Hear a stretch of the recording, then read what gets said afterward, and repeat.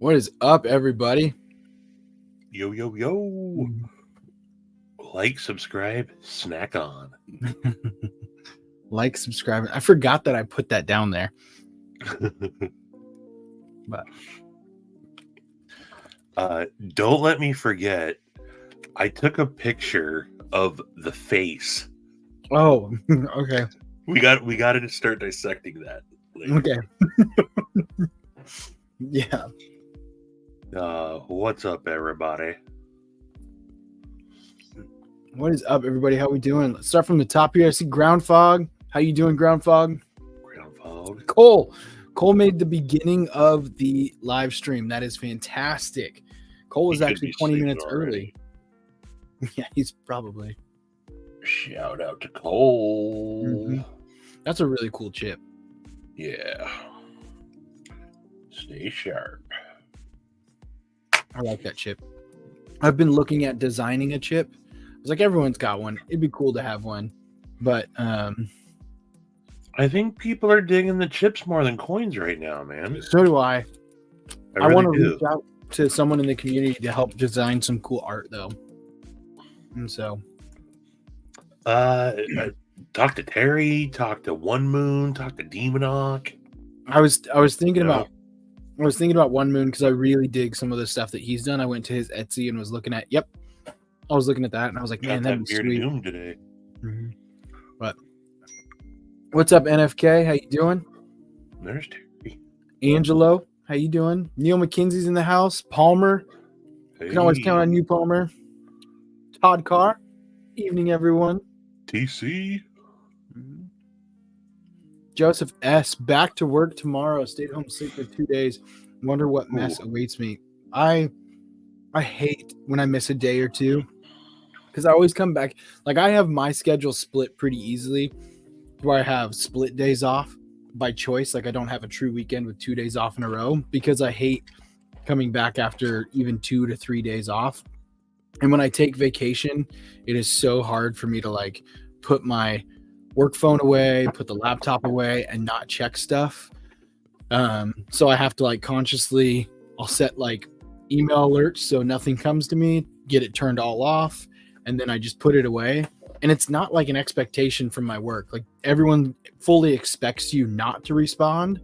And when you do, they're like, hey, why don't you go enjoy your vacation? So it's not at all work. It's a personal thing. And I hate it. So I feel you there. Whether it's vacation, sickness, whatever it may be, going back to work after a couple of days, I'm always like, what happened? What happened? What's up, Neil McKinsey? Cherry gummies tonight. Nice. Mm-hmm. I don't think we got a picture of it, but Steven found an empty package of shroom gummies today. I did find an empty package of them. I was not late, Palmer. I just didn't push the button correctly. Search Snacks a lot. Sir Snacks a lot is late. Evening, Scott, Stevie, Tactical Terry. How you doing? We were just talking about you. I was looking for someone in the community to help design some artwork for my channel. I have a WKB, work knife balance. I would love for someone to design something. It is just, you have a lot of room to play with. You got so much free space there. Work, knife, and balance. If you could put like a scale with a hard hat and then like a pair of two on the other side, very recognizable knife and a hard hat representing work and a balance in between, that would be a really stupid logo. Don't do that. It would be so on the nose. It would be. But no, I'm really looking forward to reaching out to a couple people to help hopefully design some good artwork for the channel, so I can get a cool little coin like everyone else. Yeah. What is up, Autumn Wind? Hello. Hey, Kathleen. We enjoyed the hike too. It was a good hike. Yeah, on all levels, man. It was nice, relaxing. definitely needed to get out and fun. Mhm. And like it really was just like giggles and snickers the whole way. Yeah. I watched your video when we were eating dinner, and we put it on the TV and just watched it.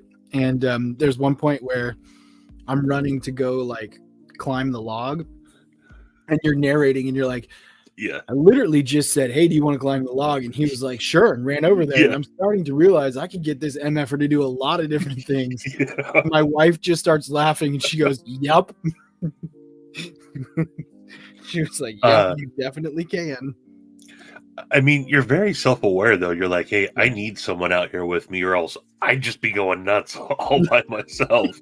And everyone was like, it seems like you kept needing to reel them in. I'm like, oh yeah, no, that wasn't scripted or anything. That's just work-life balance being work-life balance. My favorite part though was when you're like, "Yeah, I wouldn't go down there." Yeah, I turn around. I didn't even turn around and I'm like You're gonna running be lying. down there. I started laughing so hard because I was like, he literally just said it.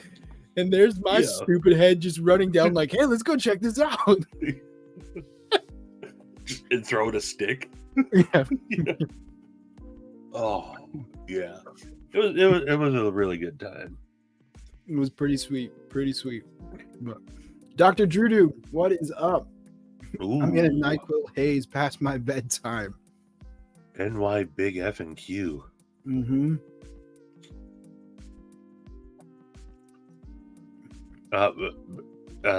Steven got to see on the drive out there today. There's literally 40, 50 different spots that, on the way out there. So we got lots that I think we want to keep it going. Yeah, there were just on that like one shoot, there was a good 40 spots you could pull off and do little hikes here or there. And that's just one area. That's just one area. Oh yeah, there's so many other highways that we could take. There's so many other mountains, so many other valleys. There's going to be some pretty sweet adventures to come. Yeah, and that's literally, I mean, from where we were, that's an hour. Yeah. And like there's so much that, just quick jaunts to do. Yeah. Very lucky. Mm-hmm. What is up, Jesse? Nice trail vid. Thank you. That was a Hey, it was a what's fun. up, Jesse? It was a fun day.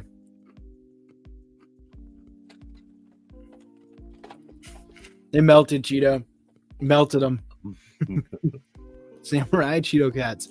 Cheeto, do you have like a reminder in your phone to change your name every so often, or do you just do it when you feel like I'm feeling more Samurai Cheeto cats today? I think as soon as he gets inspired, he's like, change. Or you can only do it like every 2 days or something. Okay. By the way, there's my snacks tonight. I'm Chicken snacking and on biscuit some belly flops, some Jelly belly flops. and Cheese Whiz. And some of these things are pretty sweet. I had a 4 flop a second ago, but this is see if I can block that out.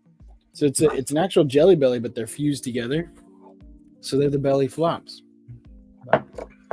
Okay.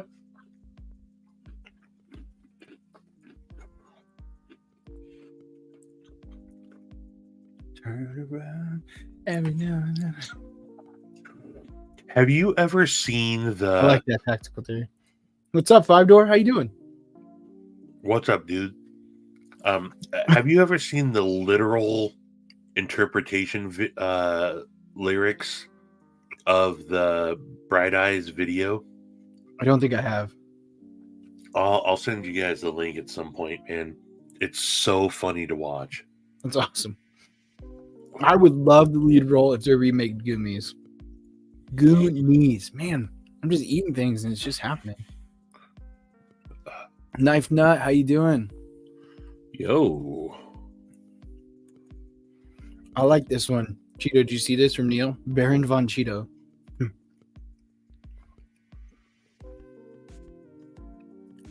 Total What is Eclipse up, Card. budget guy? How you doing? I think we're caught up. Gonna be listening while I get some dinner together. Sounds good. That's a late dinner. I guess that's really not that late. I used to eat dinner around like 10 o'clock, so that's really not that late.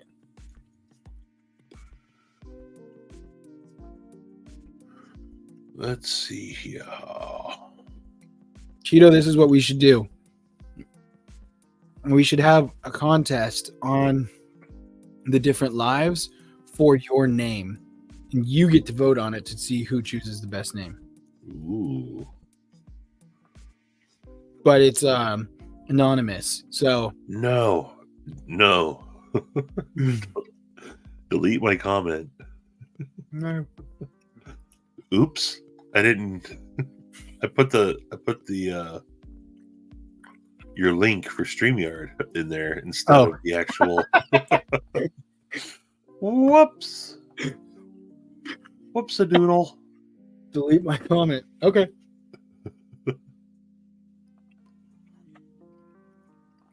There we go.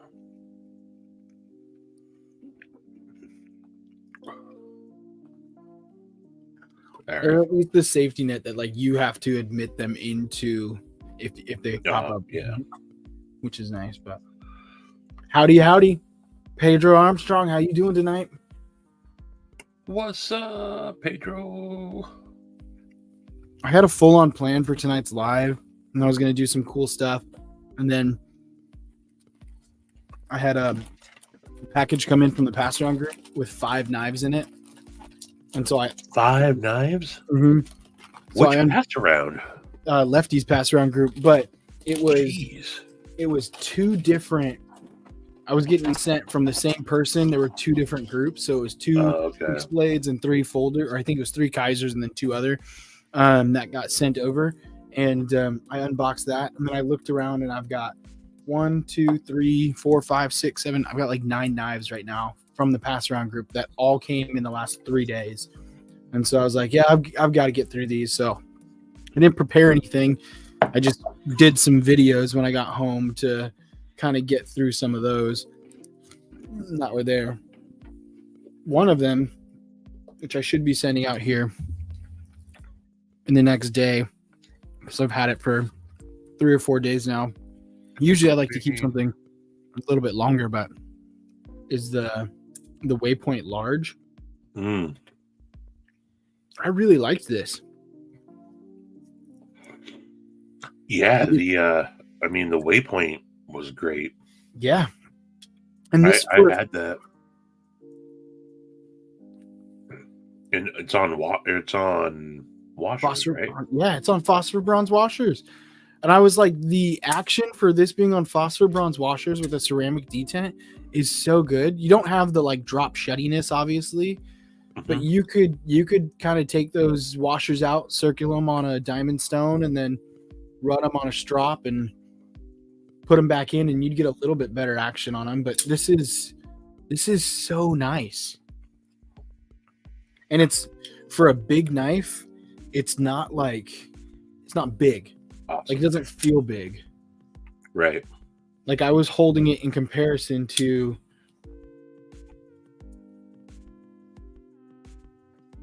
Oh, wow.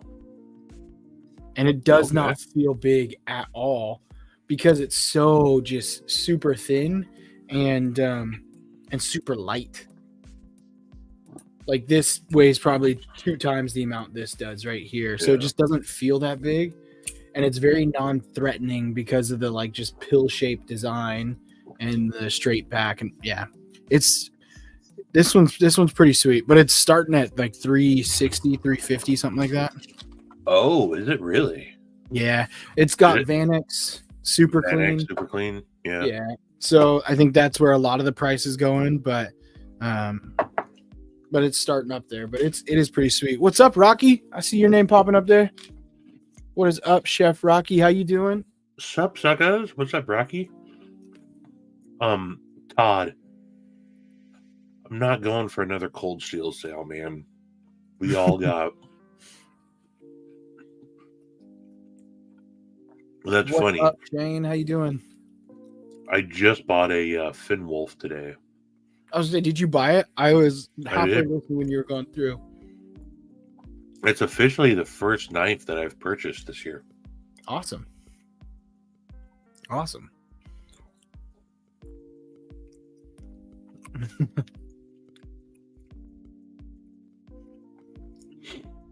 Shane's been Damn you. at it all week, grinding away. Shane, did you ever find out who sent you the microphone?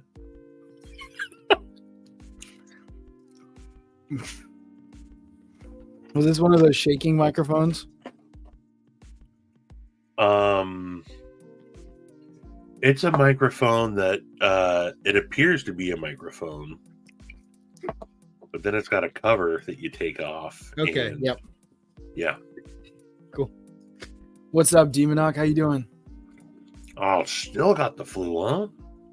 Dang. Yeah, that's going on for a week now. I'm happy to have you lurking in the background, Demonoc. Actually, Demonoc, I was just talking to Terry. I'm looking to have some support, some help for someone to help design a kind of a logo, something cool that I could put on a poker chip for work knife balance.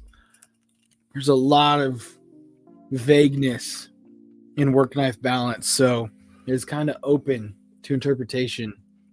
And your name, One Moon, and Tactical Terry all came up as artists that have some really good work that should be able to do something. But hit me up on Instagram if you're interested, and talk about hopefully help design those two words tonight. That's the second time those two words have been just so hard for me. Hopefully help design a chip for some cool stuff. But yeah, all of the hopes. What's up, Mind to Milton? Thank you very much. That was a fun one to put together. It was literally like over a 5-minute chunk of walking. That was just asking questions every so often. My favorite part though was when, "Hey Stevie, what's that?" "A leaf." A leaf. Just walks away. Oh.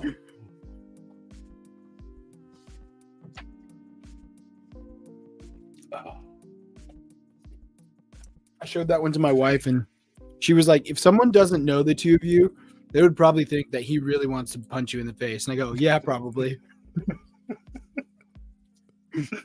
I know. After seeing that, I was like, people are going to think I'm a dick to him. I was like, people are going to think that I'm an annoying little kid. Just like, is this a grown man? No, he's like 10. I found a rock. We found a rock. Hey, somebody lost their soul. That was too good. That one was pretty perfect. Just finding it. That was too good. Mm-hmm. We found a couple of other things. Those other things didn't make it on video, but we found a hemp turquoise bead bracelet that was hanging. We left it there for someone else to find. Then he found like a disgusting, like soaking wet scrunchie. So the bead thing we found, that was like clearly someone set it aside. It was nice. Look, this is pretty. And we left it there because we decided neither of us needed it.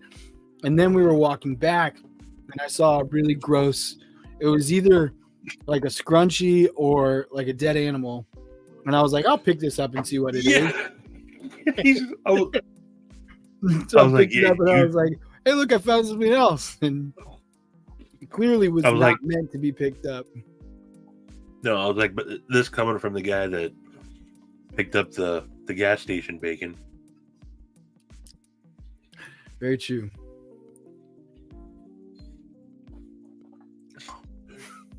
Shane so wants me to crispy. Oh.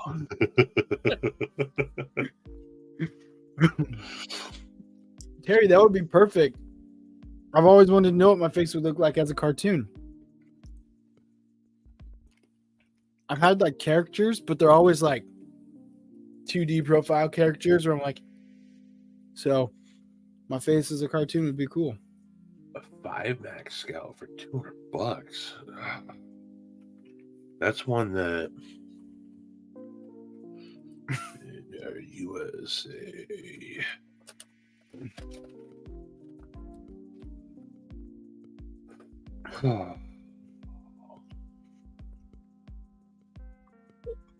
It was definitely, holy crap. Look at this belly flop. This is like a pebble. It's massive. Just like for frame of reference, this is like an average jelly bean. This is what came out. That is so big. That's like 5 jelly beans in one. Imagine the flavor that's going to come out of that thing. Oh, boy. Imagine the flavor.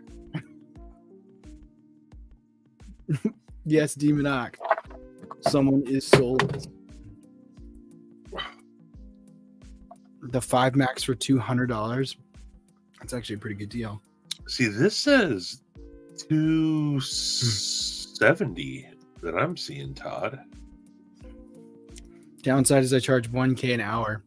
How much could I get for like 30 seconds of drawing? No, it wasn't in my belly button. Was it in your belly button?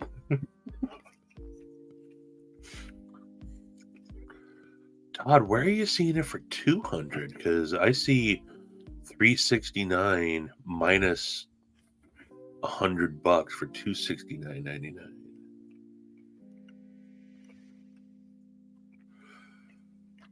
And the blemished, oddly enough, is more expensive. They're not jelly beans. They're belly flops. There's a difference, 5-door.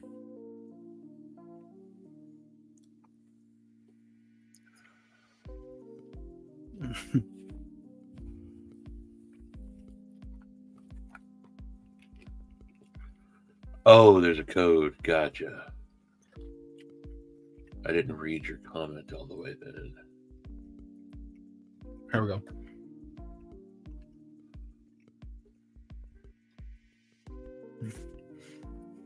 What is... I can't buy that. I like this one right here. Here in Canada, Stevie, they use different numbers. Oh.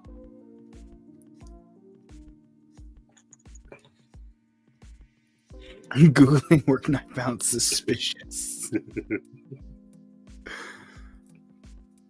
Oh, Steve Clare. What's up, Steve Clare? How you doing? When you're climbing over crafty everything, hey, there is no cell coverage till you hit Granite Falls. Better hope Steve finds a ranger at the station. No. There was no ranger at the station, but there was a garbage truck when we got back picking things up. There was a garbage truck. Mm-hmm. Steve, you got to get out there with us, brother. It's so nice. And like, I would say 2/3 of the path, like 2/3 of the trail is paved, and then you get to gravel once you get closer to it. And then on your way back, you have another 2/3 coming in paved. And so it's really nice. It is really nice.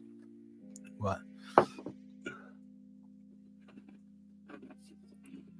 Sounds good, Demonoc. Have a good night. Hey, much love to Stacy too, man. Hope she feels better. Yeah, much love, much love. Sterling Stoots, how you doing? Howdy, y'all. What's up, Midnight? Yo.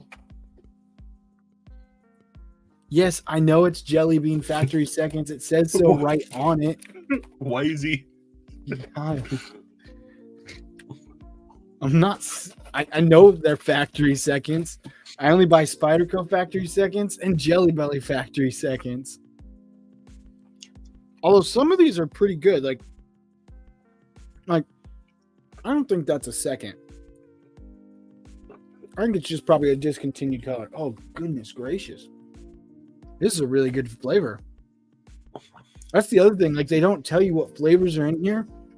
And sometimes you get one and you're like, I should have taken a picture of that so I know what it looks like. I love the The sparkle in your eye talking about jelly beans. It was a really good flavor. Just saying. Oh, I'm starting to get to the meaty ones because those are big. You could choke on this.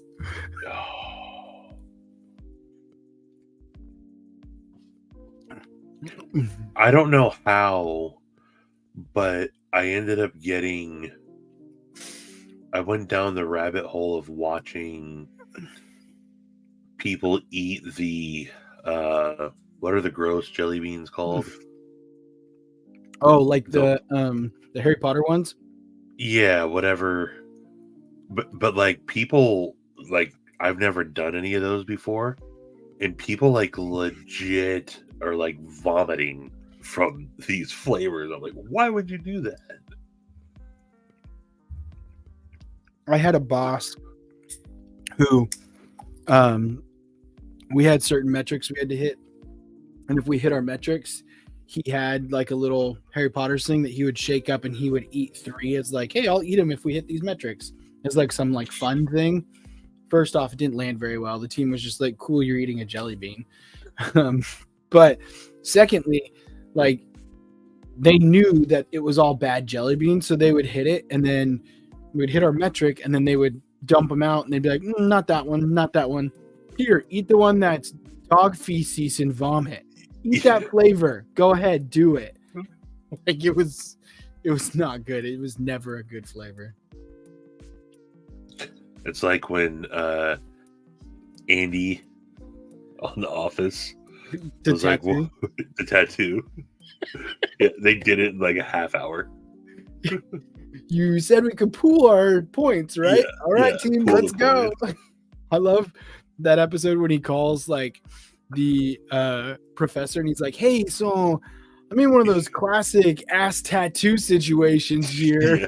Read your book. Do you have anything on demotivating the team? Because really kind of stuck in this one. I didn't say you could choke people. I said you could choke on this.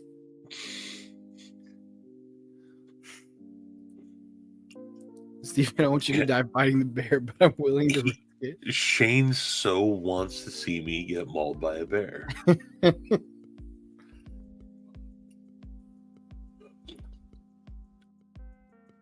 Nah, Steve, especially the ice cave, it's so gradual. You really don't notice it, and it's not that much elevation change, really. And there's really no like steps anywhere. It's a very gradual incline and then gradual decline coming down. And if you just take a normal walking pace, not like trying to take big steps to hike up or anything, it's pretty good.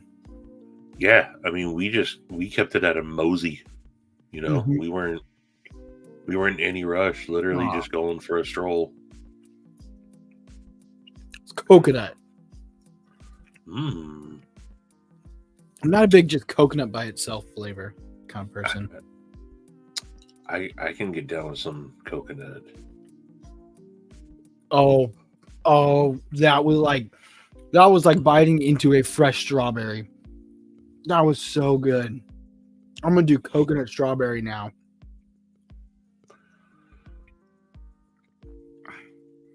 I feel like Frankenstein. Like I'm a doctor and I'm putting these together. See? My surgery has been complete. It's a coconut strawberry. That's gonna be delicious. Coconut strawberry? Yeah. I don't think I've ever had that flavor combo. It's because most people can't handle. Here you go. How amazing it is. Yeah. That's actually really good. Oh, Maddie. What's up, Maddie? Allegedly. Roll it more than anything. Maddie, I sent you a link in IG if you want to jump on. Wow. I just sounded like such a millennial. I said IG. I sent you a link in Instagram. I want to punch myself right now. That sounded so stupid. That sounded so stupid. Now you know how I felt all day. Oh. Oh, the schnozberries taste like schnozberries. What is up, Pocket Razors? Hey, what up, Pocket Racers? What's going on, Mark? Siamese fruit. Yo. That's exactly what it was. What's up, Joe?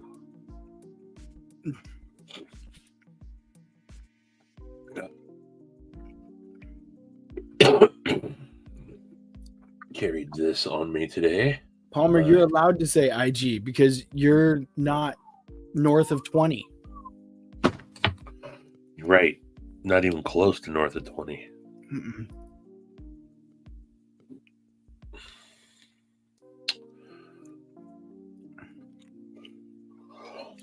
Not even a little bit. That was a weird flavor. That was like a, I don't know. I would love to get really good at identifying the flavors of jelly beans, that you could do it like blindfolded. Like someone hands it to you and you're like, oh, that's from the 2022 collection out of Southern California. And there was a limited batch that got pulled back because Disneyland ran out. And so they'd pull from stores and send to Disney. And it is the strawberry coconut flavor.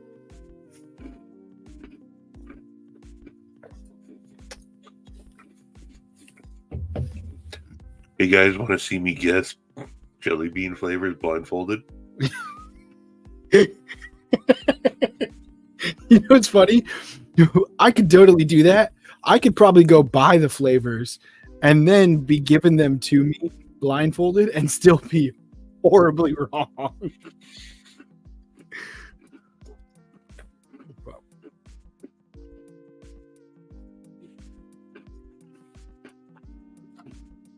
Yo, Incogcheeto is midnight. I think That's a really good one. Flag that one, Cheeto. Incogcheeto. That's a really good one.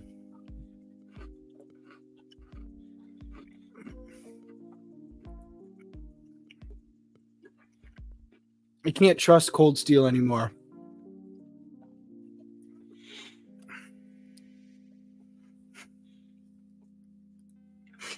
This it tastes like red.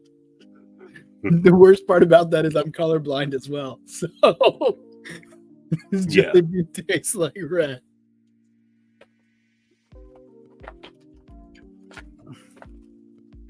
Joe, surprisingly none. Yeah. None. It's just natural Riz. Okay, stop.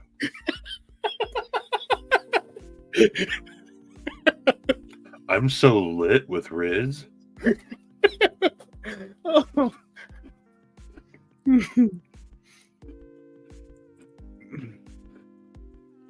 This one looks kind of like a squash or a gourd. Like a really tiny one.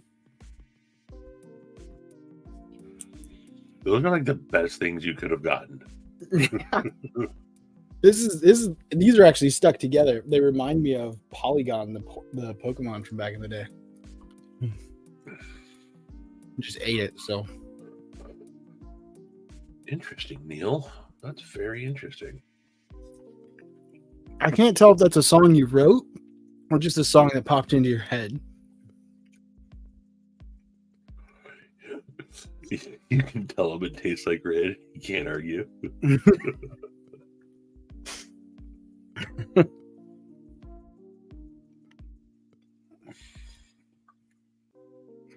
Oh. What's up, Twang Thing? What's up? I don't know if anybody knows what's going on yet. I think Brokeaz Knives said that he was like chatting with Amazon. Amazon and still didn't get anything out of them. So, my understanding, because I have someone who I know has an e-commerce shop, they said what can happen is the person who listed it can say, I'm declining this sale because of some sort of error. And then Amazon goes to the other e-commerce dealers who have that item and say, will you validate or will you sell at this price? Which is why it doesn't happen immediately, which is why it usually takes 24 to 48 hours. And then they say, no. And then Amazon cancels it. They went to other online dealers and got the response, LOL, what? Yeah. Get the F out of here with your $7.84 for a tops bull trout. See, I knew it. What's up, Space Ghost? Yo, Space Ghost, have you seen that the 30-year anniversary of Space Ghost has been like live all week on YouTube? That's awesome. I keep tuning into little bits here and there, and it brings me back.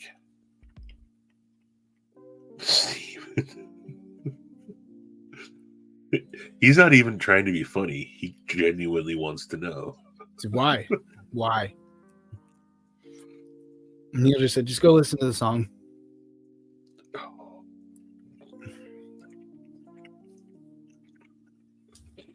What's up, Kyle? Maddie, if ghosts aren't real, how do you justify that we have a space ghost right here? Yeah. There's a ghost right there. Look at the screen. Yeah, the Conan O'Brien one is absolute classic.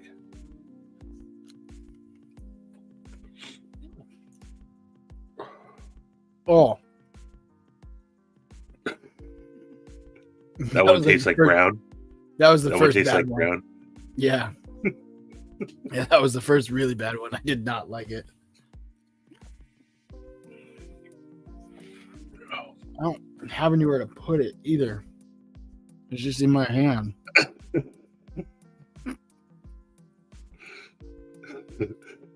Steve Clare's actually tried to avoid that situation. So that's why he's curious. Dude, I'm gonna eat this whole. I gotta put these away. My other snack was Nutter Butters. Fudge covered Nutter Butters. these are legit yummy.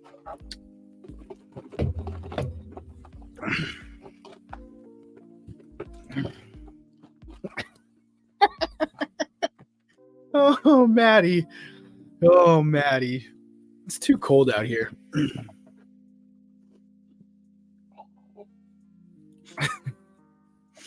Oh, man. What's up, Kyle? How you doing? Evening weirdos. That's very justifiable. Adios, Cheeto. Night, Cheeto.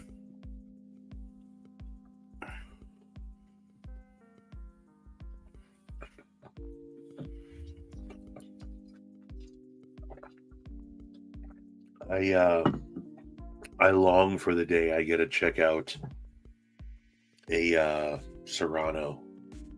Yeah, me too.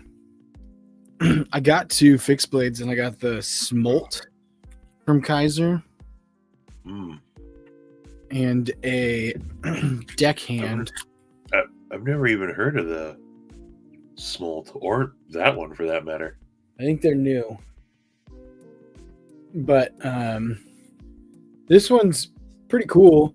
It's just small. Like this slips off the end like crazy. Oh, that's got to be small then. Yeah, and it's got a spot for a lanyard, and so you can put a lanyard and a bead. But I'm not a big lanyard person. You know, I am on a fixie because you can legit, you can get a little bit more out of it. You really. It wasn't until I put a lanyard on a fixie that I was like, oh, I get it now. I get a little bit more out of it if I want to choke back. I am gonna hit up Keith though, and I'm gonna ask him for an extended version of this with a little bit thicker of a handle. Nice. And then I want to talk to Joe about doing a dangle pouch for it. Nice. What's up, Josh Worth? How you doing? G'day, Josh.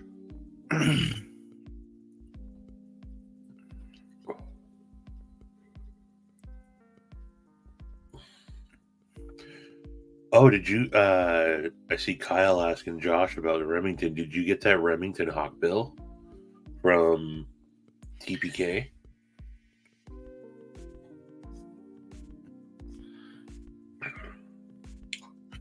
I almost hit up Austin to see if he'd hold one for me, but Maddie, if you come up here, I will say it.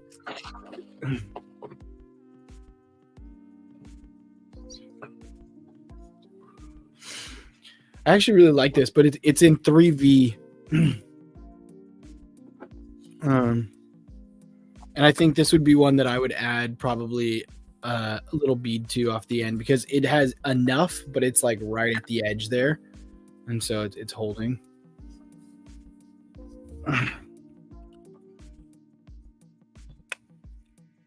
I can justify saying it as long as I know I'm just talking about Steve Clare's truck.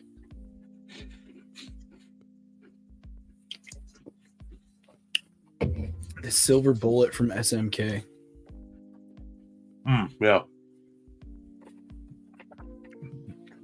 Oh, Smoky Mountain Knife Works had it. Okay. I was thinking about the Remington Hawkbill with the Silver Bullet shield that I thought I saw it on traditional pocket knives. Maddie, you've been hanging out with Shane too much.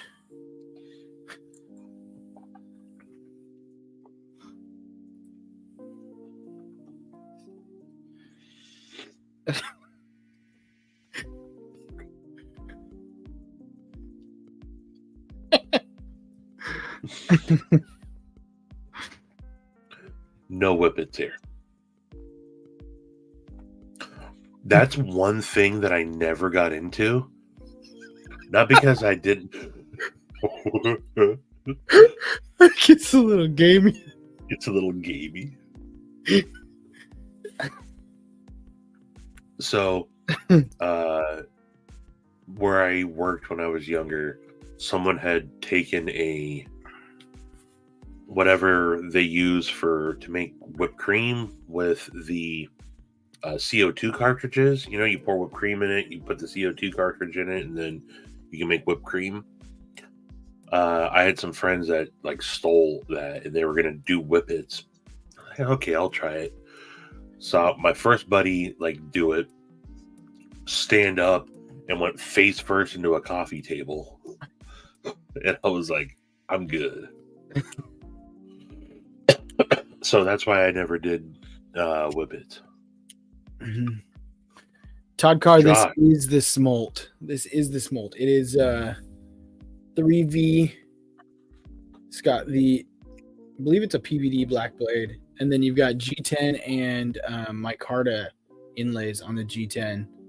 It feels fantastic. It's really nice. It's a little smaller than I thought, but actually fits okay. Just came in today, and I really like the clip. So like, there's just like a regular Kydex for the other one, which I was surprised because they're both Kaiser. But this one has like the utility clip.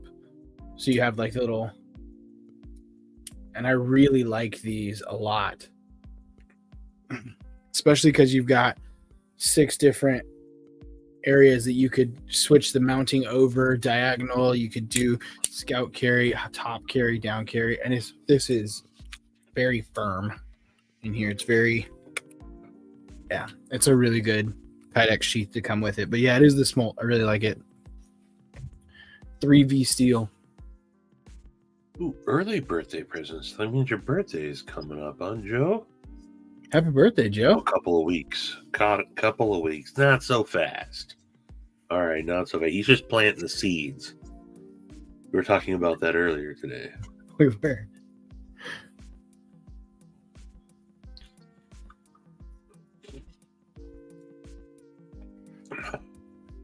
Yeah, we were talking about that as we were hiking out, and just how it can be fun and funny sometimes. Be like, yeah, I don't really want people to do anything for my birthday, but I've got my birthday coming up this weekend, in case anybody was wondering. And so I don't really have any plans. I don't want anyone to do anything. You don't have to surprise me. I got nothing going on around like the workplace. Go up to the water fountain. Like, hey, what you got going on this weekend? Yeah, I've got nothing going on for my birthday. It's on Saturday. I'm not doing anything. But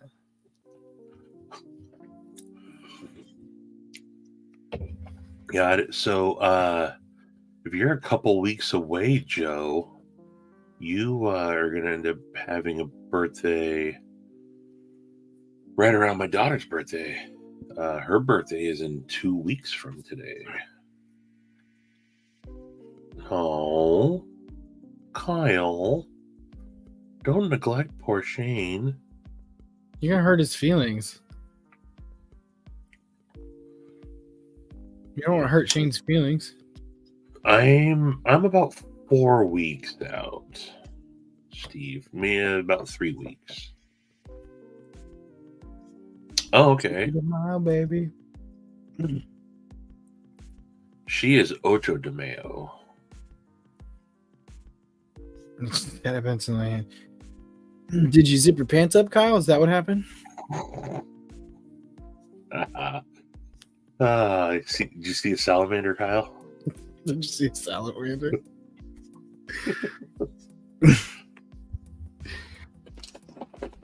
Kyle was spending too much time with Steve Clare in his masturbatorium. He said it.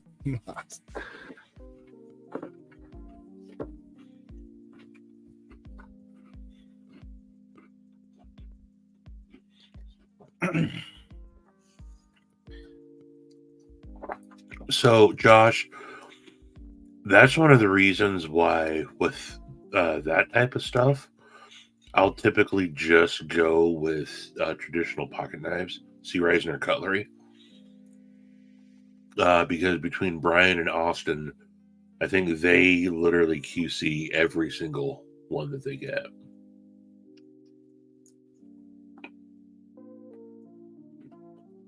And Joe, didn't you get yours? You got that Thanks, Terry.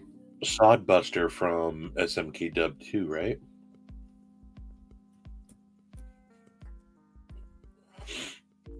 But I mean, look, they shouldn't be. I can. What's up, T-Fetch? Little QC things making it past a factory. Okay. But not getting a sharp knife is just, I mean, come on. Of all the things a knife should be, I understand maybe the edge is not perfect, or the grinds can be off, or bevels not even, whatever. If you see the video Kevin did with it, when he opens it and tries to cut paper, it does nothing. Like nothing at all. What's up, Jay? How you doing? See, I got the last GEC that I got. I got the English Jack. That thing was super slicey. And thanks for stopping by, Oreo Dave. Hope you have a good night and your back feels better. Man, that is not good at all. I have some muscle relaxants from my back because my back gets sore periodically, and so I've got some to help me sleep at night, but that is not good, man. I'm sorry. That is not fun. Hope you feel better. Likewise. Much love, Dave. But my toenail clipper was very sharp when I got it. Very sharp.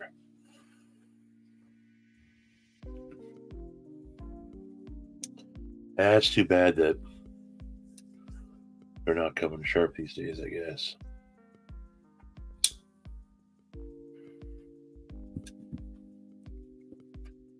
Josh, I think it was a couple of days ago. He opened it up and he didn't know it was from you. He was like, I don't know where this is going and or where it came from. And then he was like, oh, Josh said something about this. I think I'm sending it off and whatnot. And it looks awesome. Like it looks really cool. But when he went to go cut with it, it just kind of like folded the paper over. Mm. But also, Kevin doesn't cut a lot of paper on his videos, so maybe he just doesn't know how to use a knife.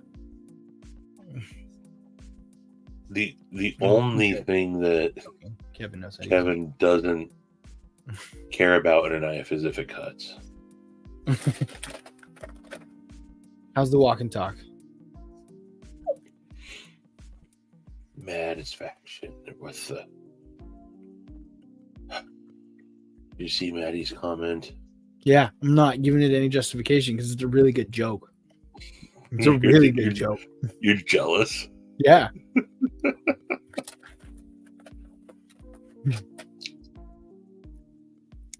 Twang thing. I like Jay's comment. Your back is so stop climbing trees. I mean, sure, that might help it, but we don't know because I didn't do that.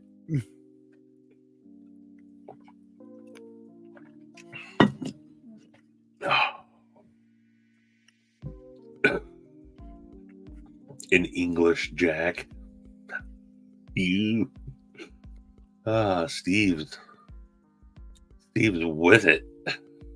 Steve just wanted to say the other thing. Says word of the day. He's just trying to find ways to bring his truck up.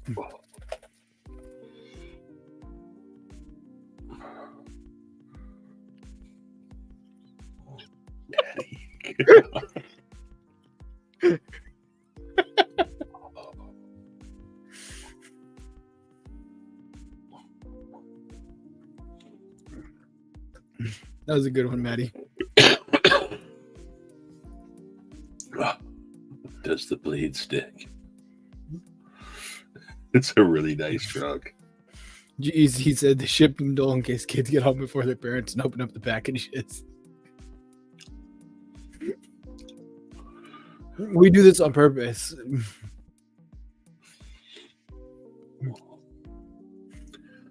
Nighty night, Terry.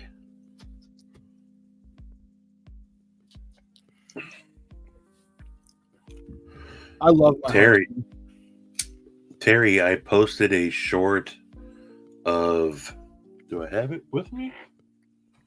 Of what I carried today, and it's getting a lot of traction. I hope people click on your profile. I tagged you in it.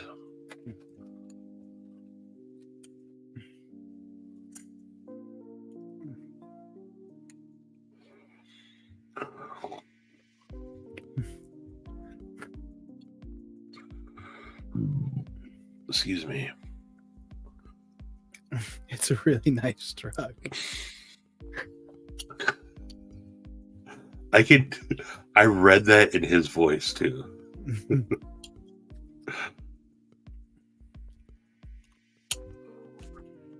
Oh. Man, if we could get Steve out there and Ethan, and if we got Ethan out there, oh boy. Have you ever made a bear call? No. So you can make a bear call with a 5-gallon bucket and a flat shoelace, and you tie a little knot in the shoelace, you drill a little hole through the center of the bottom of the bucket, and then you run the shoelace through it. You hold the bucket between your legs so the bottom is off the ground, and then you get the shoelace wet and you run your fingers down it, and it sounds like a bear waking up from hibernation. And like I've legit used this and called bears with it before, but it sounds like a bear like groaning and waking up from hibernation. What does it sound like? I'm not doing it again. But if we got Ethan out there and had like someone go ahead with the bear call, and just be like, "That's a bear. I think that's a bear, man. We got to be careful. You could really scare him." Ethan would literally be like, "F you guys, I'm out of here." That's why it would be funny. he would have pulled out his Pakal fixie and like I'm out of here. I'm good for this. Where's the bear? Here, furry murder animal, come eat me.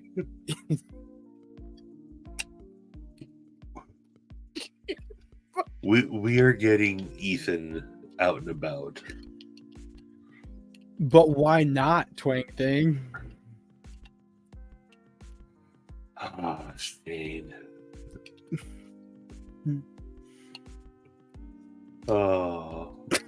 Shane, you can't. Bear ruins Ethan. Oh, Joe.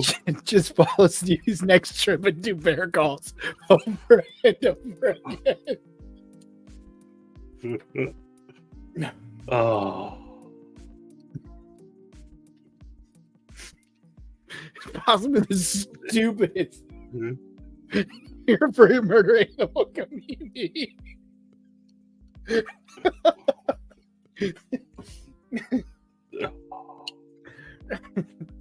Your furry animal, come eat me. I'm right here. We were bow hunting one year, and we were like crouched down on a hill, and we had 2 bucks below us that we were looking at. They were like maybe 30, 40 yards away, and I was just waiting to get a good shot. And we were waiting and like popping up and going down, popping up and going down. And the next thing, we heard some rustling over here, like behind us to the right. And my brother-in-law, well, 2 of my brother-in-laws were together over here, and I was with my third brother-in-law. We split up in 2 groups of 2, and they were supposed to be up behind us. And so I'm like, why are they being so loud? And we keep turning around looking, like they're so loud right now. We're trying to get closer to these bucks, and I can't like see anything. I can't. Every time I pop up, they start to make noise, and so I can't get up to see to get a good shot. And next time we pop up, I pop up, and then you just hear like a boom, boom, boom, boom, boom, boom, boom, and a black bear comes barreling down the hill next to us, no more than like 6 feet away, just barrels right by us and goes right down the hill. And it scared the living daylights out of me. I was just like, oh, that was not. And then I popped up. I was like, I thought that was you guys. And they were way over to our left, like 60 yards away from us.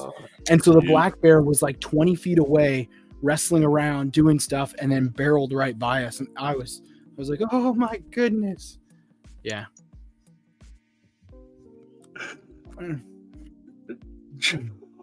I married their sister, Joe.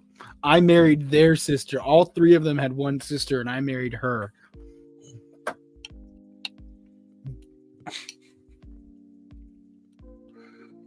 Oh. What's up, Paul Mills? How you doing? What's up, Paul? All right, I'm gonna go refresh my drink real quick. I'll be right back, if you don't mind. Not at all. Okay. See, it's like Maddie's here right now. You barely got ran over. I did. I like that one. So, Maddie, how's that hot dog? Oh, it's pretty good. I like the mustard on it. Really? What's your favorite part? Oh, the color. It's a good mustard yellow color, and it tastes like mustard. That's nice. I don't think you're doing it right, Maddie. I'm just gonna put that out there.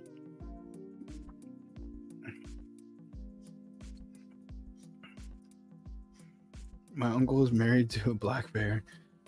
Our dude is hilarious. I know it's not true, but I kind of want this to be true.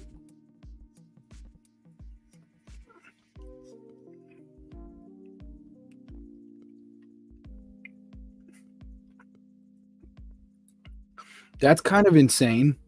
Black bears, moose, and deer were constantly trying to eat the veggies that we planted in the end of summer. It wasn't allowed to play outside unless an adult with a pew-pew was with us. That's kind of crazy. I went up to Alaska a couple years ago, like it was like maybe 7 or 8 years ago for a job, and we were there for a couple weeks. And you hear stories about moose in Alaska and how big they are and how they're everywhere and all this stuff. And then you go up there and you visit, and I was like, wow, these are massive, like prehistoric animals. They are huge. They're so big and scary.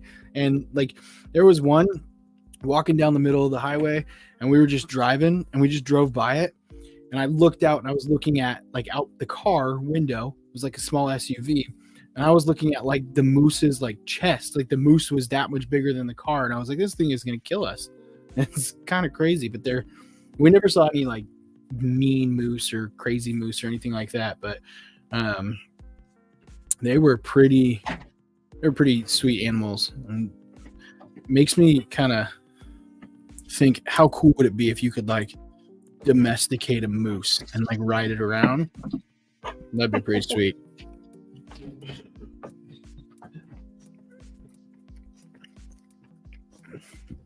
Well, then don't go near them in the rutting season.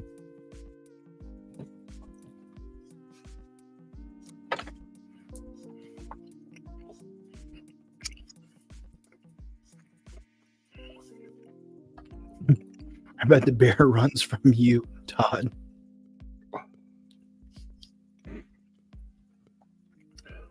I was golfing in Wasilla, Alaska, a couple of years ago, and out of the brush appears a moose. Like, oh my God, those are way bigger than I thought. They're like, dude, back up. That's just the calf. Oh my gosh. And not, I don't know, 30 seconds later, the what are they called? The female moose, whatever. Cow? Yeah, the cow. And it was even bigger than I never would have thought that they were that big in person. I should have been paying attention. I just ate a strawberry and I got a coconut right here. Missed opportunity. And throw it in real fast. Maybe I'll mix it up. Yeah. I was just talking when you were gone, and I was like, out of all the animals, I think if you could domesticate moose and like ride a moose, that would be awesome. You've got your own built-in storage rack. Moose.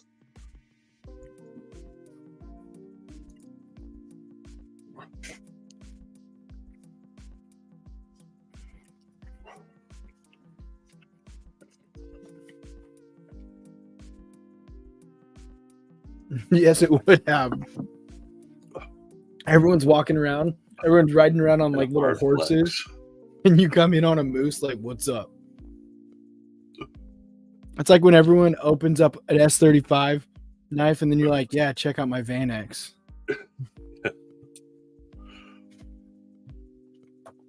Didn't Roosevelt ride a moose? Probably.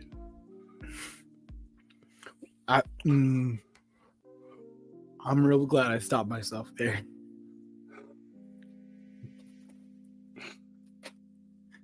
Yo, what's up, One Moon? How you doing? One Moon in the house. Mm-hmm. Yo. Moose kill more people in Canada than any other animal. Yep. That's crazy. Todd Carr, there's a guy that I follow on Shorts. He's a Canadian rapper, and he's always skating on like an ice rink on like a lake, and he's skating and rapping about how Drake is horrible and he got money from Parliament, and this dude's the number one rapper in Canada, and he's awesome. He's hilarious. I really like him, but I'm curious if he's a real rapper in Canada or if it's just some YouTube dude.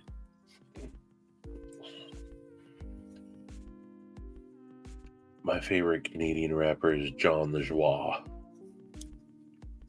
From the Whitest Kids You Know. Yeah. What's up, Beaver Baron? Yo, what up, Cliff? Beef.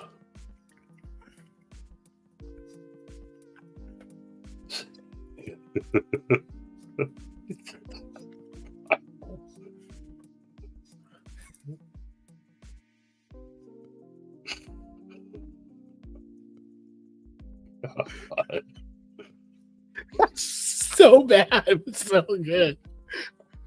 And Kyle, bring it home. Just lobbing up softballs, and Kyle's just hitting them out. That was good. Oh, Kyle, that was really good, dude. That was a really good one. Oh. Let's all go to the old folks' home. I'm just Big Al. And I hit dingers.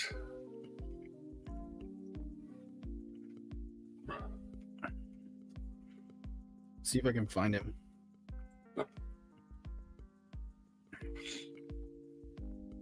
J to the rock.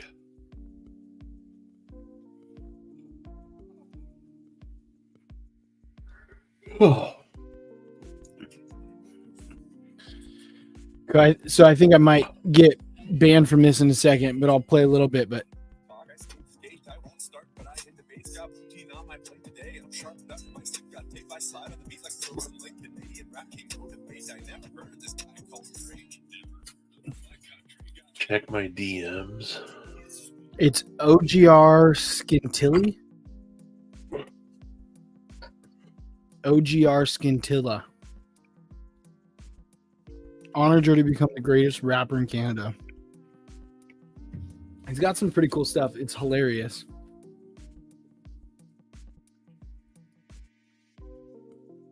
Just here to hit dingers. So that's fake? I mean, there's all these pictures of FDR riding a moose. That's like a whole thing. I never would have known, Shane.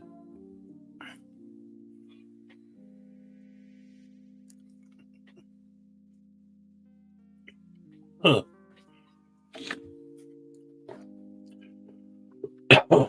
You know who I'm talking about.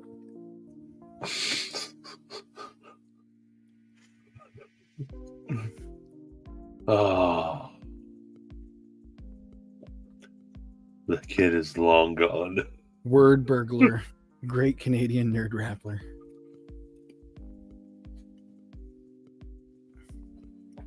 Oh. Thanks for the update, Neil.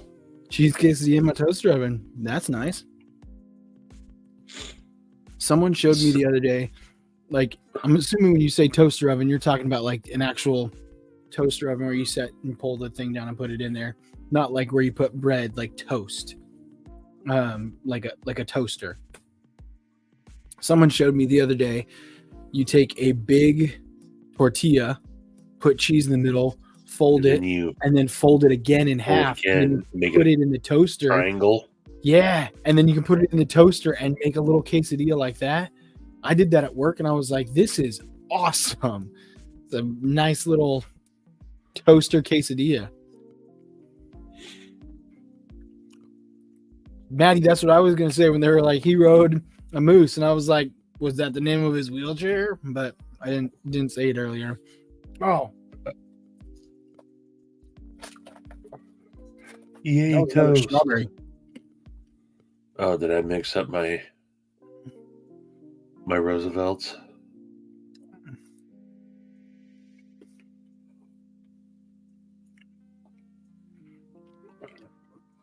Toasted anything is usually better done. Toasted, melted.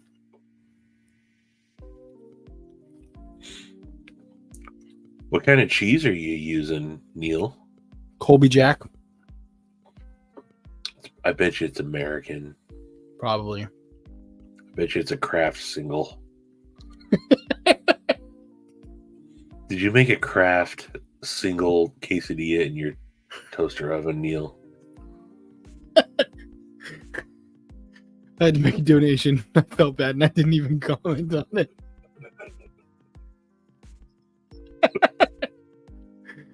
St. Jude is never going to recover from this.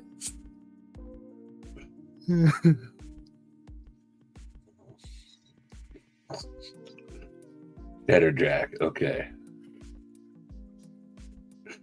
Cheddar Jack is something that Isn't that Colby Steve- Jack? the Cheddar Jack is something that Steve pulls off in the old masturbatorium. That's I think the Cheddar Jack is the one that's dropping in June.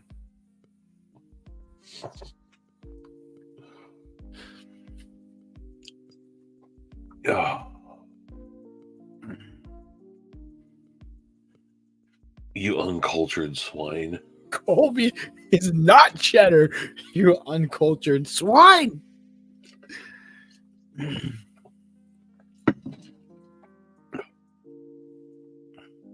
It's the name on the. Oh, okay. Thanks for clarifying, Neil. With a hole.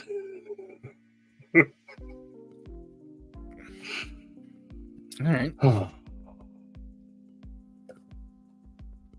Sad mariachi band.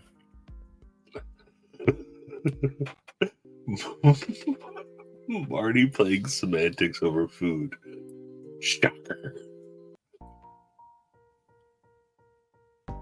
Ooh, nice transition.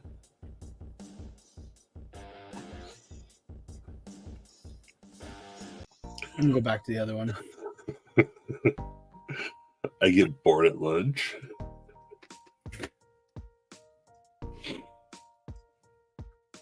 Oh. You may still use the outside facilities, however.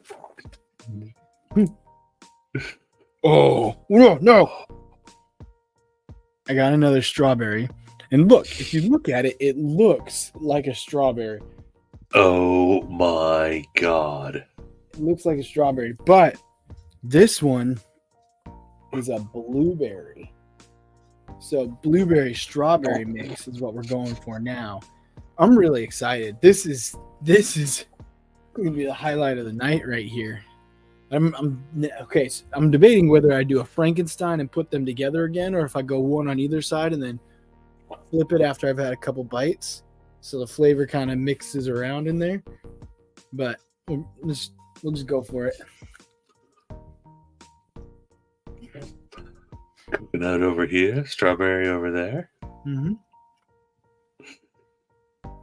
Shane, you need to go practice with your new mic. That's good. I like that.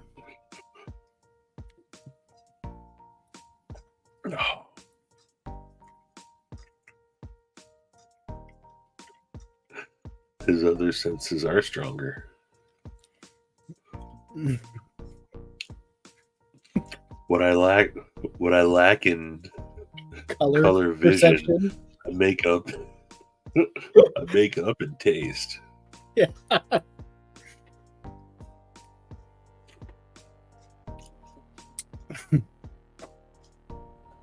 Oh, Say it at least 50 times. 50 times to work tomorrow. I would love to be a part of those conversations, just to like a fly on the wall, hearing how they go.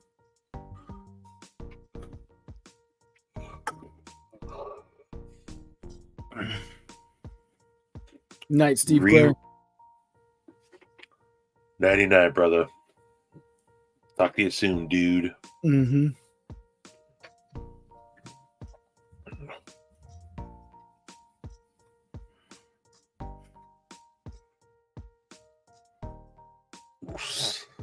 Shove snacks in his face hole. You can't count individual jelly beans because then it's more. You count like 4 jelly beans as one snack. So the number's actually less.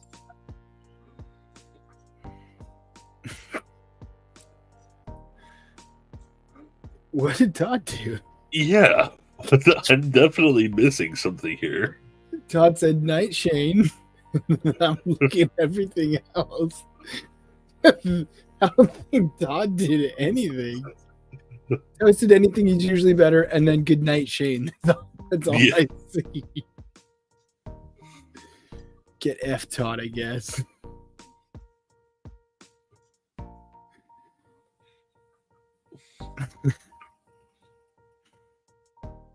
Gotta go check first. Oh, I go check first.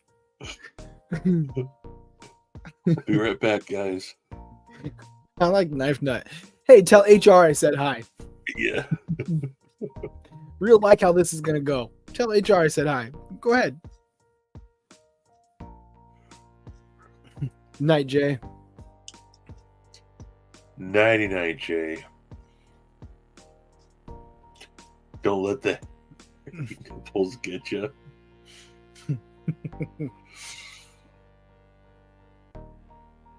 Yeah. I am HR. Oh, how the turntables.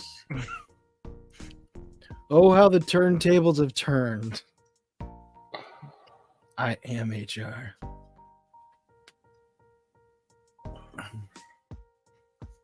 Yes, they want to hear it too, so they can put you on administrative leave. And then you get fired.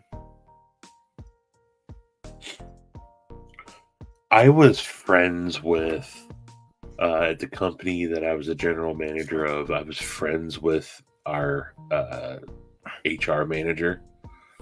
And he'd be like, you have to stop. Seriously, I can't. It's obvious that I'm not disciplining you. You're not getting disciplined the way you should. You have to stop.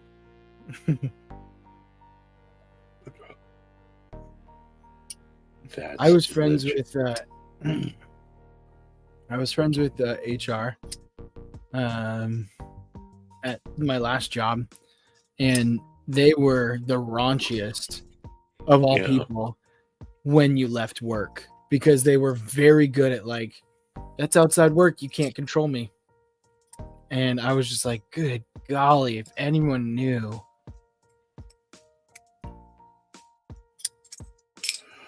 Yep.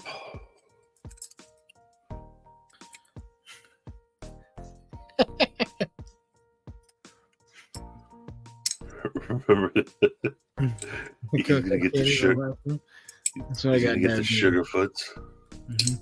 I'll say I'm really surprised I don't have diabetes, and so is my wife. She's insanely surprised I don't have diabetes, because when I was in college, I kid you not, I ate like maybe 18 chocolate chip cookies a day, and I would have like Ben and Jerry's 4 or 5 times a week. I like to think that I am a self-regulated diabetic. I'm a very lucky individual.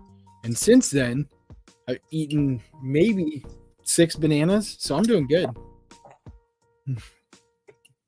Give or take. Give or take a half a banana here or there. But beat us. mm-hmm. Although I do know that if I do get diabetes and they chop off my feet, I'll be in very good company with Gary. Between the two of us, we could win a 3-legged race like that. We'd be so used to it.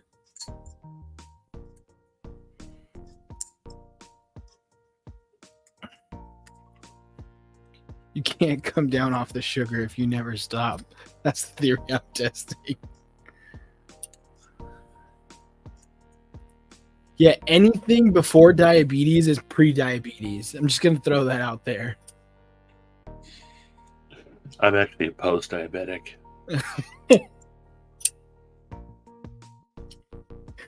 I would have the cutest nub foot. I'd get it all dolled up. I'd go get like a nubicure. Get like a pedicure for 1 foot and then a nubicure. I'd be like, hey, can I get a pedicure half off because I only have 1 foot? Can you just rub my nub? Rub a nub. Rub a nub. Only 1 foot in the tub. You said a Nubacure. Oh man, Nubacure. Each of you locked leg. That's only 2 legs. This team is disqualified from the 3-legged race. They only have 2 legs. But we would kill at the Special Olympics.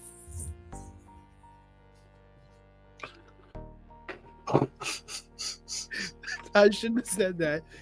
I shouldn't have said that. Oh man, this is what happens when I have too much sugar.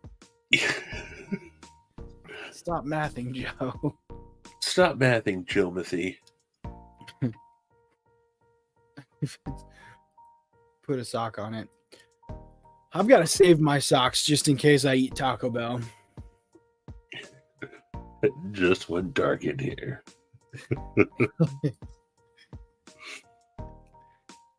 Joe, if it's only one.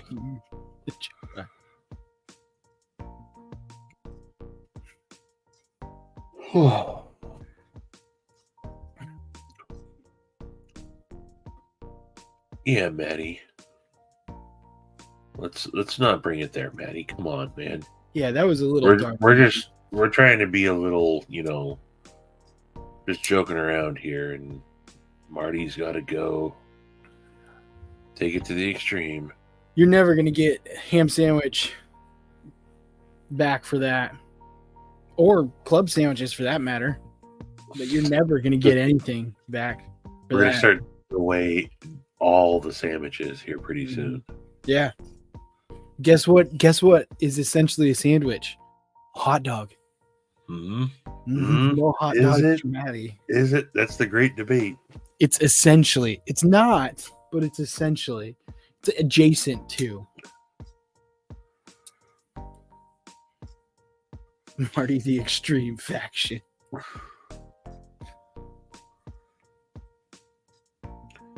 I think it's Marty Teehee Extreme Faction. Teehee. Tehee. How dare you, Mattis Faction? That's no.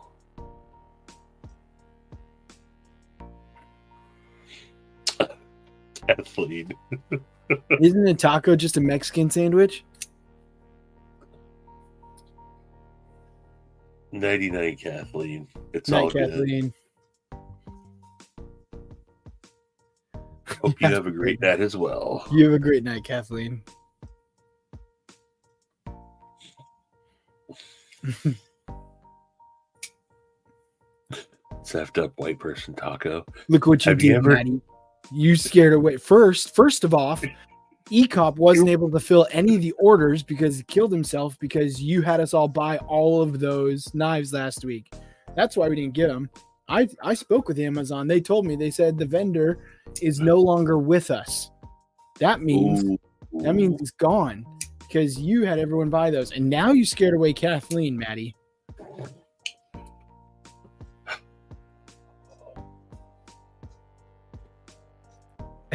El hee hee will come for you.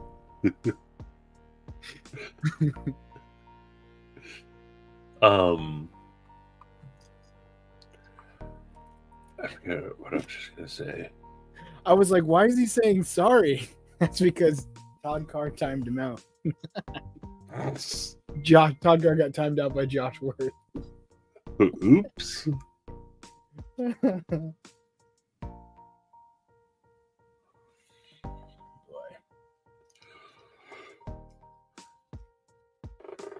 I can fix that.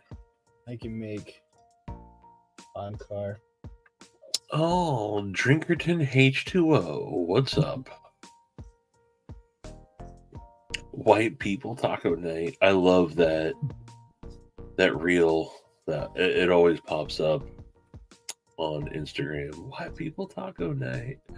And it's they're dumping the bagged cheese over the ground beef and shreds of lettuce.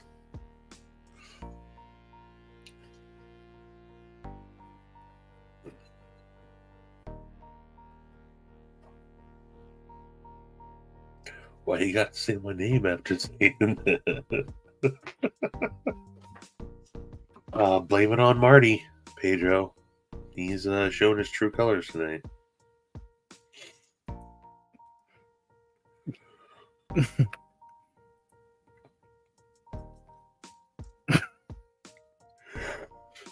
Why you gotta say my name after saying that?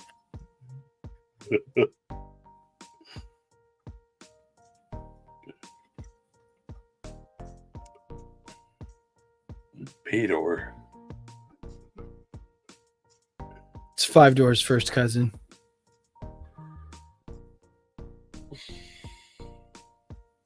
Don't. No. We're not laughing at that.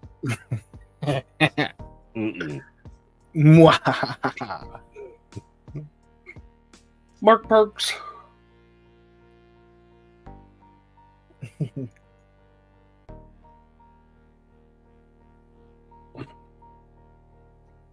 I'm making moderators right now so people don't get.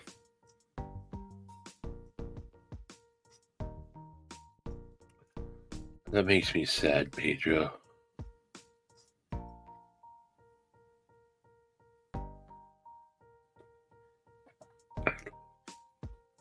Key to chup in tacos. Maddie, what's up with your typing? Why are the first 2 letters capitalized? Yeah, Maddie's trying to create his own Language? Yeah, I'm going to capitalize the first 2 letters at the beginning of every sentence. Mockbox. Okay, something I meant to say a couple of times today. This just reminded me of mockbox.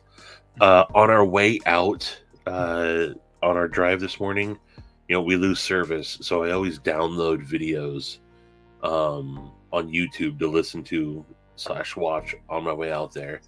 And I've been getting caught up on all of Stabby Stokes' videos, and I watched 2 back-to-back videos today, and I was laughing so hard during my drive. Stabby Stokes' videos are the funniest freaking videos out there, man. And when she gets in her, she's got a thick, wicked accent at times. Born and raised in Massachusetts, but man, Stabby is she's so funny, man. She's so funny. Irritating water party. Oh.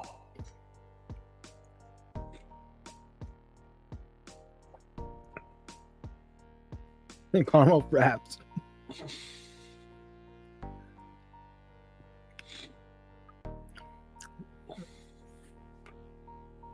I can only imagine the.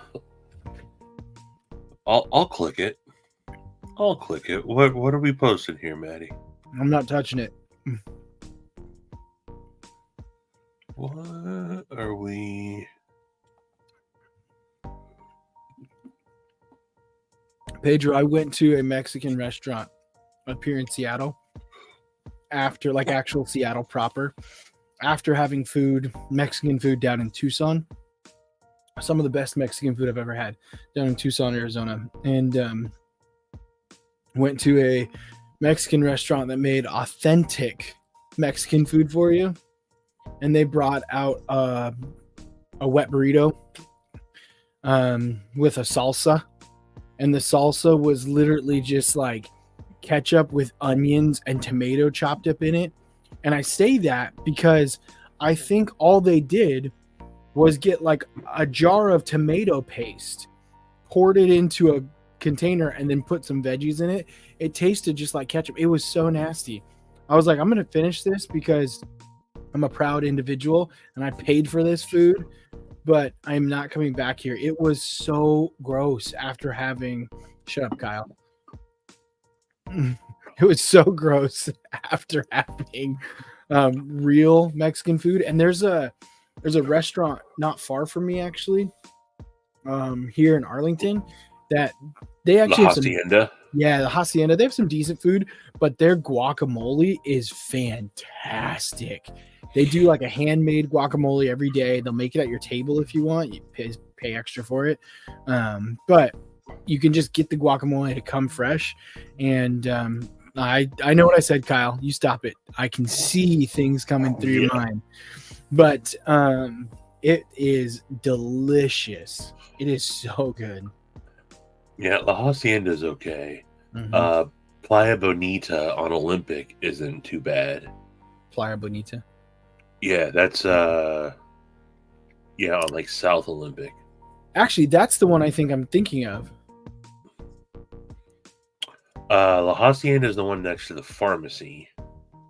Okay, no, I'm thinking of Hacienda then. Yeah. Okay. That's off of Olympic. That's on Third or whatever that is there. No, I don't know. Anyway, there's two not too far from each other in downtown. But we don't do, and they're all Mexican families that run these restaurants, and it's like they make food catered to bland white folks. Yes. Up here. Yep. I just want to clarify, this has been kind of exaggerated. It was not ground bacon. I would not eat ground bacon. It was gas station parking lot bacon. Yeah. That was on a pedestal above the parking lot level. It was on like a 4-inch pedestal where everything else was. It was like a curb, like an island curb that the gas station pump sits on. It was next to the gas station pump on that curb, 4 inches up from everything else. It was not on the ground. It was 4 inches from the ground, safely and securely on a pedestal where it could not be touched. And it wasn't really bacon. It looked like bacon, but it was more like just like ham gelatin. That's why he called it gas station bacon and not ground bacon. Exactly. It was gas station bacon. I do not prefer Bacon Bits over real bacon. They're too crunchy. Oh, no. They're nasty. Bacon bits are like, it's like soy with like smoke flavor. Good night, Joe. Much love, brother.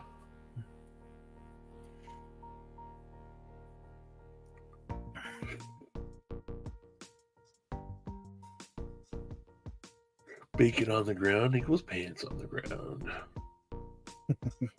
Maddie, I don't understand why you posted these razors. He just put 2 more links. That one right there and then one that just posted a minute ago.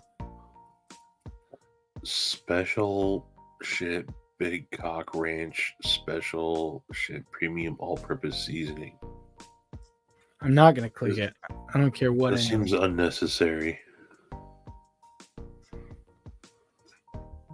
I'm tempted. $10? Nah. It's seasoning.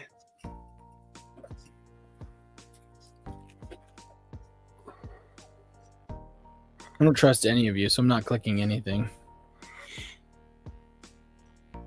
I brought this to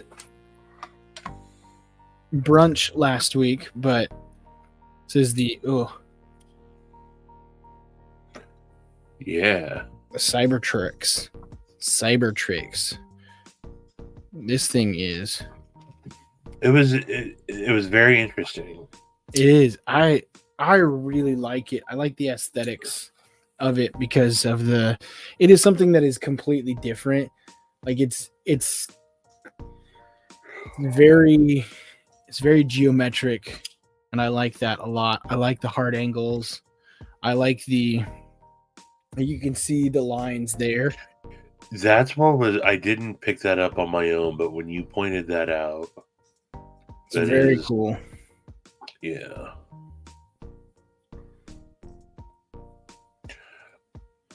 Are you gonna do a breakdown video on it at all? Maybe. 'Cause I've only heard about it. I've never seen it actually broken down. Maybe. I don't do a lot of breakdown videos just because so many people do them, and my knife knowledge isn't like the most amazing. I know enough about knives, but I don't want to do a breakdown and give someone the wrong impression. So, like I'll break it down. It sure is interesting. It's something else. But yeah, we'll see.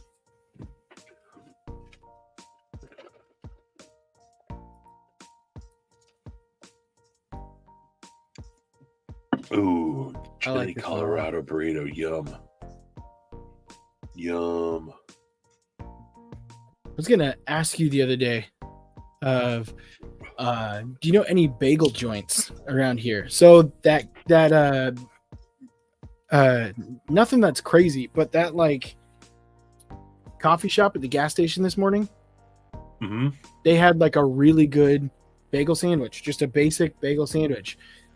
Yeah. None of the shops around here have like bagel sandwiches, and it drives me crazy. So we used to have, it was a chain around here called Bagel Oasis, and they all over the last couple of years completely went away. And no, there isn't. You got to get down into the city to get a good bagel. That's what someone was saying. Like you can either go north to like Bellingham. Bellingham has some places. Yeah. Or you have to get further down into like once you get to like Montlake Terrace and stuff like that. There's other stuff like closer to the city. But yeah, nothing like that around here. Have you had a Seattle dog before? I got one from I got one from mustard and cream cheese on it. I got one from Al's. Oh, they're so good. Yeah. So Al's Gourmet Dogs, the food truck, is parked outside our store Tuesday through Friday. Oh, nice. Yeah, so I'll go out and get it maybe once a week or so. I'll go out and get a dog, and then you get chips and a soda to go with it. It's like $7.50, and you get a big foot long dog. Yeah, and then chips and a soda. I like it. It's nice. I have I usually keep some actual bacon that we've like cooked and then cut up in my fridge, and then I'll keep like some French's like onions, like the crunchy onions as well, and I'll take it in and throw some bacon and crunchy onions on top of it. Sometimes I'll do no mustard, and then I'll do bacon's crunchy onions, and I'll put some barbecue sauce on it as well too. So you got barbecue sauce, cream cheese with bacon and French's onions on the dog. That's really good. But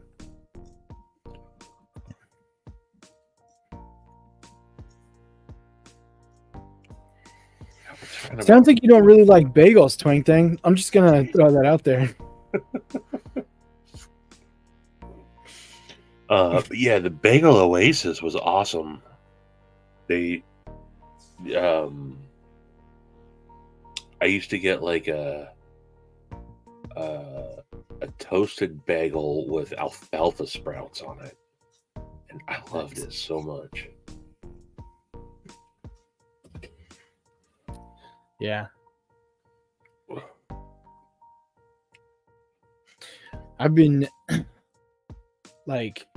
We've been doing these prep meals, not like prepping our meals, but like planning ahead, especially with the kids and stuff of like, hey, this is what we're gonna eat Monday, Tuesday, Wednesday, Thursday. And then we've got this like, it's called E-Meals. It's an app that gives you tons of ideas. And then you click what you want to eat, and it actually sends like a grocery list to like walmart.com for you or wherever you shop or whatever. And then you can just order out that way. And Stacey uses that. Yeah, it's awesome. Makes it a little easier for us to get stuff together. But I've been doing lots of like hot dogs recently. And Ashley was like, are you wanting a Sonoran dog? And I was like, yes, very much so. I miss Sonoran dogs. That's one thing about Tucson is there were lots of really good Sonoran dogs down there. And I like those a lot. But Joe chimes in finally. I never once thought I could go from Alfalfa sprouts. I eat we buy containers of alfalfa. I eat a fair amount of alfalfa sprouts. I didn't think that was a real thing that was like edible when I was growing Yeah. up. My neighbor grew alfalfa like in his backyard, and he would like cut it and take it inside. And I was like, that's like grass, man. You can't eat that. And he was like, yeah, you can. I was like, no, man, it grows in the ground. You can't eat that. He was like, where do you think vegetables come from? And I was like, what's a vegetable? That's not something we ate in my family growing up. So I was very surprised. Small batch alfalfa sprouts. Yeah. It's premium small batch. Oh, Yo! what's up, Steve? What's going on? up? How's it going? It's going good, man. It's going good. How you guys doing? Doing pretty Good. good. I didn't get to tell you. I meant to mention it when I saw you earlier. Huh? So this week I had some coworkers from out of town that I had to show around, and one of them's a knife guy. Ooh. And like is a serious, not just a casual guy. Like he's into everything. I brought 2 knives that he hadn't seen before to lunch yesterday. My Arius, he loved it, and I brought the Kaimano, Ooh. and he was extremely impressed with the Kaimano. Dang. That's awesome. So dude. I expect he'll probably. I pulled up your website while I was there. I expect that he will eventually get one. Fingers crossed, But he- man. Fingers He crossed. loved it. Dude, I'm He ended up playing it with it more than the Arius, actually. wow. Jeez. Yeah, he was okay. very intrigued by it. Okay. Dang. That's saying something because Arius's ain't no slouch. Mm. Man. He is. So we haven't completed the deal yet, but I'm likely selling him my Arius. Really? Mm-hmm. What triggered that? I've been thinking about it for a while. I was talking to Steven about this earlier today. Hmm. I've experienced my Arius enough to where I fully appreciate it, love it. It's an amazing knife that I don't really need in my collection anymore. Fair. I still think in my opinion, it is the king of U.S. folders. I truly believe that. And I just don't need it in my collection anymore. I feel like I've fulfilled my Arius destiny. So Okay. No, that's fair. I told him 7, and he was like, I think I can do that. Dude, So- that's an amazing price for him. So, absolutely. Dang, man. I'll never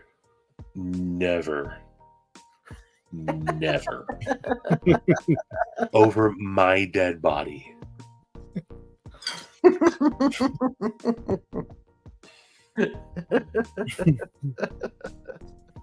Midnight, midnight.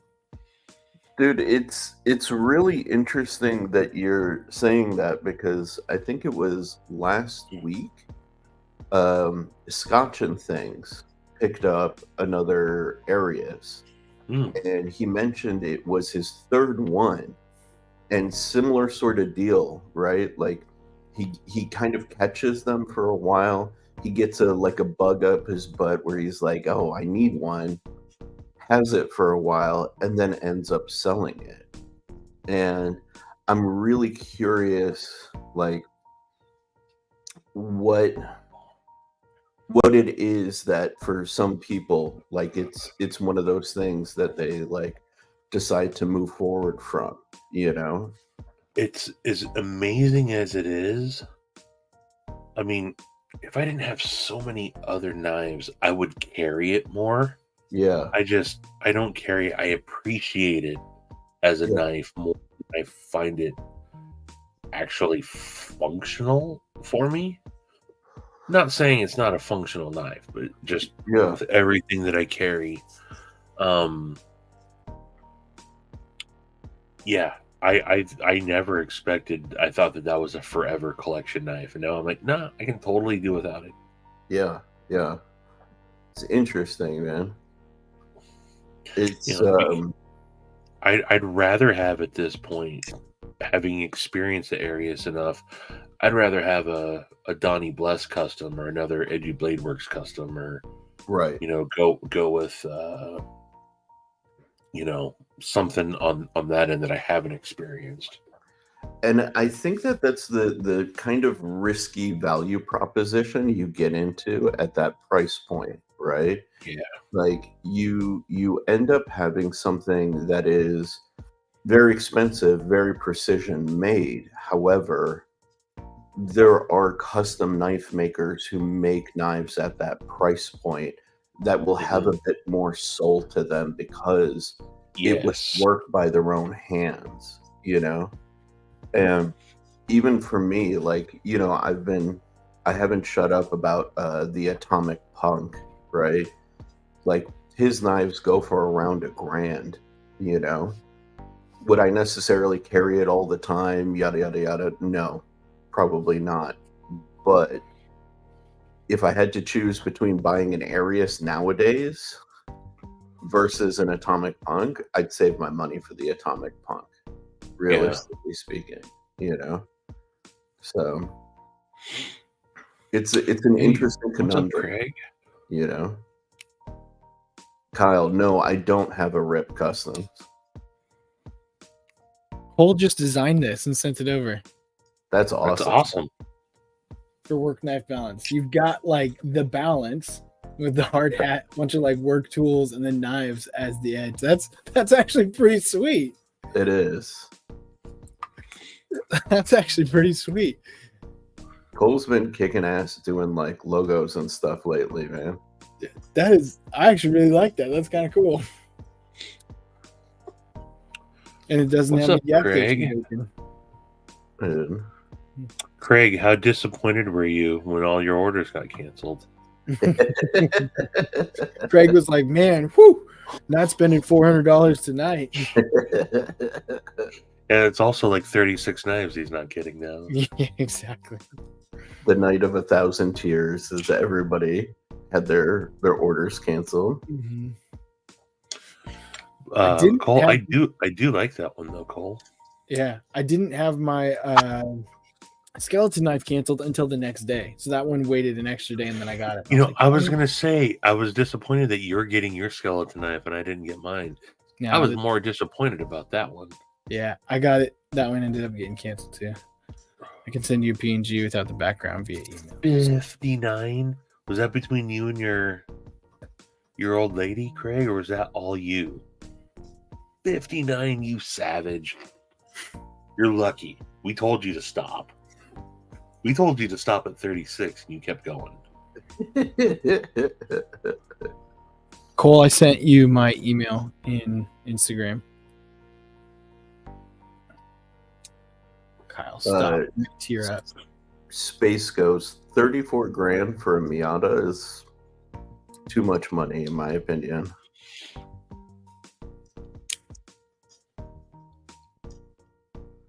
Yeah, man. Like, there's like when you get to that sort of price point, I want something that I can use and abuse. On the Arius like level. The Arius is almost too pretty to like beat the crap out of. Mm-hmm. Like, ooh, yeah. Speaking of, how are you liking that thing? I've only had it for a couple days. It's actually Steve Klur's still until I pay him for it, but I'm going to be picking this one up from Steve Klur. So part of me wants to pick it up so Carco can't get it. So you finally have something that Carco doesn't? Yeah, I'm like, hey, Carco, do you have one of these? Oh, yeah. Only the elite collectors get these. But no, I really like it. Yeah, it's got that same kind of like arch that like the Cetus has. Yeah. Yeah. The And- curvature. Yep, and it just feels really good in hand, slicing and going with and stuff. So I've got a video that I'll post next week with it. And then Right. once Steve gets out of his truck, I'll pay him. Dude, I'm Come on, bro. yeah. Karko's been lurking this whole time. Karko's been lurking this whole time. That was just to call him out. Come on, me bro. Oh, that's hilarious, dude. I love that he's here. Just come on, bro. That was perfect timing, dude. Right? What's up, Karko? Oh, Karko, that was perfect, dude. That was perfect. That's awesome. Come on, bro. Oh. Oh yeah, Steven, you haven't seen my two latest acquisitions. Ooh, Maximate Native 5. yeah. I really wanted to get something in Maximate, and I missed my Native 5 a lot. For me, the Native 5 is one of the best, if not the best for me, small knives, you know? Mhm. And I never would have expected you to like that knife. Mm-mm. it's one of those things, like I had one, I sold it, and I haven't stopped thinking about it since I sold it. And so yeah, my local shop had a Maximate one. I gave it a week and I looked around to see if I could even find one online. You can't, because they're discontinued. No, yeah. And so I went in there to drop off some stickers for the owner, because she's carrying my knives now. That's awesome. And I said, you know what? I'm going to take it, because I literally can't find it anywhere else. And I've really wanted to experience Maximate. And it's a crazy steal already. It's just nuts. Yeah, it's what my Para 3 is in Maximate. Yeah, and it's funny because I have a Para 3 and a Para 3 lightweight. I like the Native better because it doesn't have the thumb ramp with the hole, and that's I think why I like this so much. You know, yeah, I don't know, the Native. It's interesting because I've been noticing with smaller knives, there's like a theme that appeals to me, right? You've got the grip, and then you've got the finger choil like integrated, right? Even with the growler, you know, you've got that choke up point that allows me to get like a full 4-finger grip, you know. Growler and Native 5 are definitely maybe my two favorite small, like affordable knives, like ever. And then this one, Steven, this one came yesterday. I pre-ordered this one, but Such a night and day difference. Right? I saw that on one of the Instagram channels that you posted. Yeah, dude. That looks sick. This thing resonates for me the way these guys. Oh, geez, if I can fucking open it. Like the way these guys resonate. Yeah. It's just like a rule-breaking design, you know?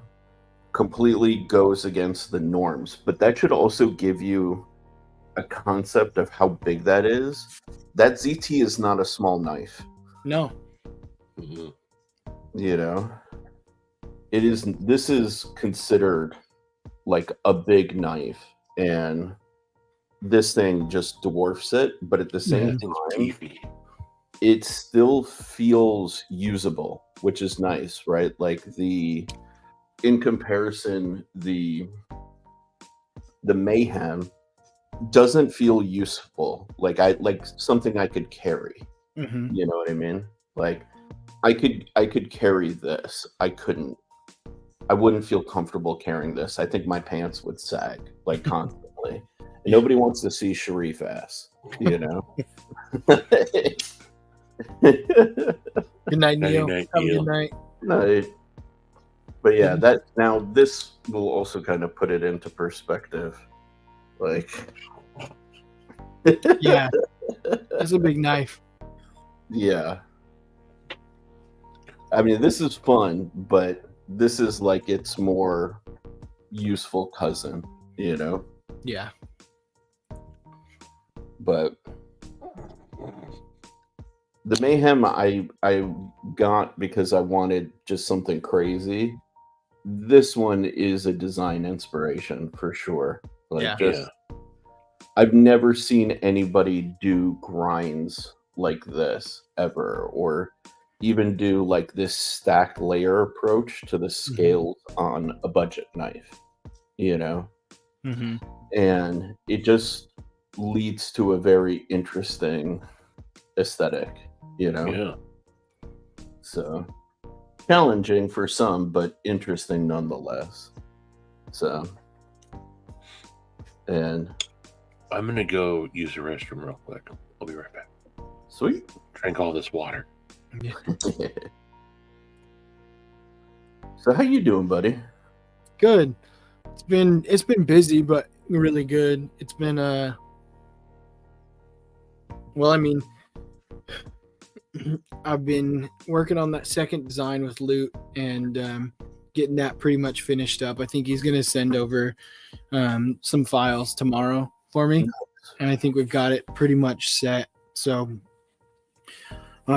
try and send that out and see what happens with that. I'll show you when we get off here some of the like renditions of it and stuff like that we got and everything. But I'm really happy with it. I like the way it turned out. I think it'll be good. But yeah, other than that, it's just been kind of like life getting busy and having to like slow down a little bit with this stuff, which is understandable, and I'm totally okay with it. But it's like I still want to like keep like I set like minimums for myself. Like I want to be able to at least post 3 times a week, whether it's a short or a video, like 3 posts a week, just to stay relevant in content and stuff. And so I've been doing that. And then I was telling Stevie before we got on, I have like 10 knives from the pass around group that all came in the last like 3 days. Jesus. And so I was like, I just got to get those done because I'm working the next 5 days, and the hours that I work just makes it hard to make videos and do content. Yeah. And I don't want to hold on to things too long, and I don't want to bog stuff. But I also don't want to just rush a review or rush through something. And that's the double-edged sword of the pass arounds. You feel this like immense pressure to like get it out so you're not holding up the next person. Yeah. But when life intervenes, you're like, wait, life takes priority. Yeah. Know? And most everyone in the past, I don't think anyone in the past round has ever been like, hey, keep doing this. Like, especially if you communicate early. There have been other people who've been like, hey, I got a ton all at once and life is happening maybe a little bit longer, and everyone's pretty understanding. Yeah. It was like the perfect storm of like 4 different groups all got sent at the same time, and I was like, well, all these came in at once, so let's figure this out. But I mean, I like to be able to have it, and that's what me and Stevie have talked about many times before. Is it's kind of the benefit of the pass around too, is like you don't have to feel like you have to buy so much because you get to see so much cool stuff. Oh, 100%. But I think I was gonna do a video about like the concept of like the double-edged sword of budget knives. They're so cool and they're amazing, and you can get really good value. But the double-edged sword of budget knives is because they're so attainable, you end up buying more that you never use, and that eats into like the reserve money for premium knives or for production, like high production or custom knives. And so like, where do you draw the line, and how do you do things? Because a lot of the knives that are coming through are highly attainable, under $100 knives. It's like, man, this is awesome. I want to use this, or I want to get this. Yeah. And, if you get all of that, like say you get 3 of those, cool. That's one $300 knife that I could have gotten instead. Right. So how do you balance that and kind of go over stuff like that? And then I'm also trying to start the like more journalistic approach towards the EDC thing that I was talking about, where it's everyday connections and everyday conversations of like, who are these people in the community, and how can we sit down and get to know each other better as like a person versus like just the knives that we handle. Because the community comes together for the knives and what we do, but beyond that, who are these people? What are the stories that they have to tell, and what can we glean from that and learn from that? And so Joe reached out after I mentioned it and said he'd be down, and so I was gonna. Nice. Now I'm just trying to get together a list of 5. I've talked to you about it already too. A list of 5 or 6 people, and do like one of those a month, starting in like June probably. Yeah. And then just have one a month with that, and then me and Stevie had really good response from like the scrambling that we did today. So we were talking about how we just need to get out and go do that more. That's awesome. And just getting outside is so refreshing. I mean, it's just so refreshing just to get out and do something like that. Dude, tell me about it. Like, 2 things I wanted to kind of address. Like, first of all, I really like the way you're going to approach the budget knife, like conundrum, the double-edged sword, because I've said it in my own way on more than one occasion, but definitely more forcefully and less eloquently, where it's, I've said, people complain all the time about, saying, oh, well, I can't afford this, I can't afford that. But how many budget knives did you buy? You know? And that's the other element to the conundrum is the whatchamacallit, the return on value, right? Because yes, you experience these things, but then when you try to move them, let's say you buy a knife for $80, you're not, because it's so attainable, because it's so available, you'll be lucky to get $40 for it realistically when you move it, right? And a 50% loss is a big loss, no matter how you slice it, right? So like, I appreciate that you're going to take more of like an analytical, like logical approach to it, whereas like me, I'm just like, stop buying cheap knives, you dumb fucks.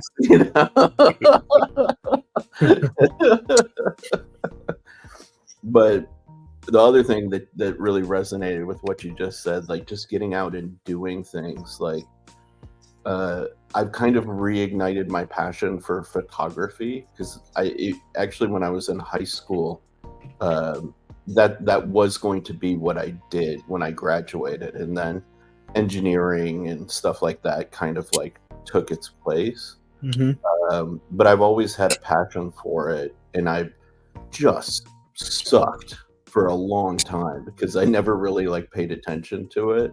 And that's been my excuse to like get out and do stuff. So like every week I'm trying to hit like a car meet, a car get together, and it's like, it's awesome. Like you just get out there, you're outdoors, you're not indoors, you're not in a stuffy place, you're not like sitting at a desk, you're like interacting with other human beings in like a healthy way, you know what I mean? Like, I don't know, it's refreshing and makes me a little stir crazy when I'm at home, because I'm like, I want to go shoot some stuff, but yeah.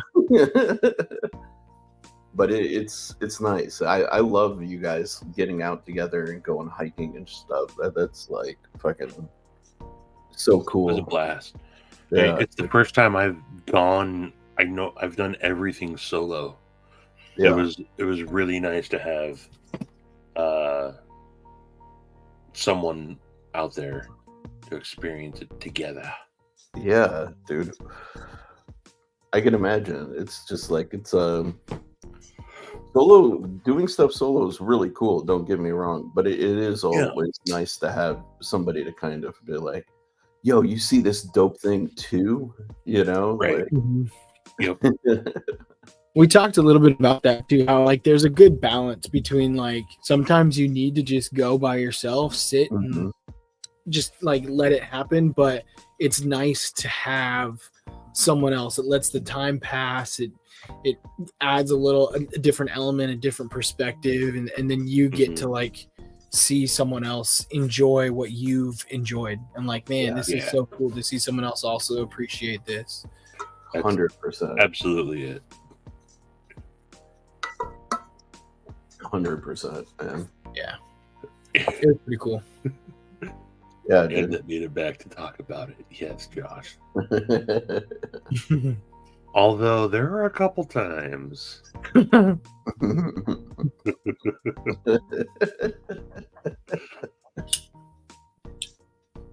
Dude. Let's see. Wow, Craig. Yeah, dang. Wow.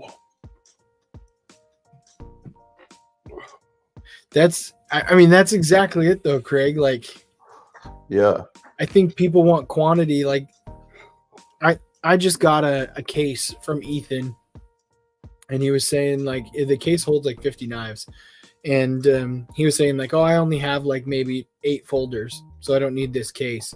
But it shows you the evolution of like collecting and how most people go through collecting is they start with those really cheap value knives that are good that we've all got and we've all owned and we've all had, and then you get into the quantity of like, well, I just need to collect more. I need something of everything. And then usually at some point everyone will find like their brand. Like this is something like some people will latch onto Spyderco, some people latch onto Kaiser, to Weiss, to Vivi, to Ferrum Forge, to Devo, to Tempest. For me, it was Kunwu. Like whatever it may be, like you'll latch onto a brand that you just love, and now you start collecting those, and then you go from that brand to like premium production knives, that $200 to $300. Not limited run, not custom. Like they're gonna make a different variation every 2 to 3 years or something, and they're the premium production 20 CV, S45, M390, and titanium frame locks, carbon fiber. You're gonna lock onto some of those, and then you're gonna go from the 200 to 300 range to the like, okay, now we're doing small batch premium knives.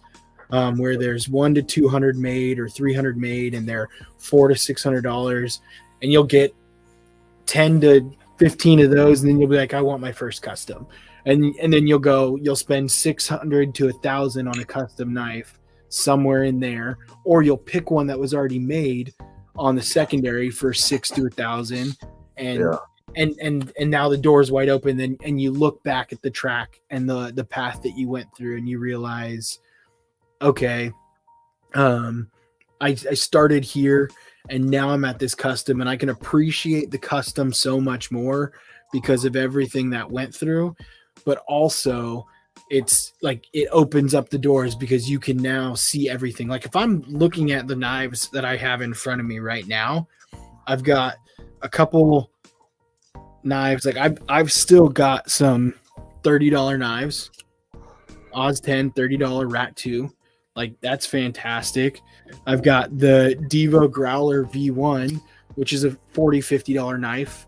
I like that a lot. And then I've got like over here, I've got like the Harsey, and then I've got like my Ragnarok, and then I've got like the Kunwu Padre. And so like you have a full range now that you can be like, I really appreciate this. But it's being able to dial in and be like, this is what's good for me, and this is why I don't need that other one anymore. That really, I think people get stuck right before they get there, and then they're just like, I don't know what to do now, and they get stuck in like, I can't get rid of something, or I don't do this. And, I think the exploration in the budget range is really good for understanding what okay, let me paraphrase this. If you do the work to understand your likes and your dislikes, right? So like for me, I went through a similar sort of phase of just buying shit, and like I learned very quickly because I was thinking about it from a design perspective, what I like and I don't like, right? I have a few that break those rules for me, like my own personal rules. Like the Growler breaks one of those rules. Like I'm not a fan generally of big belly knives. Like I'm just not, For my usage case, it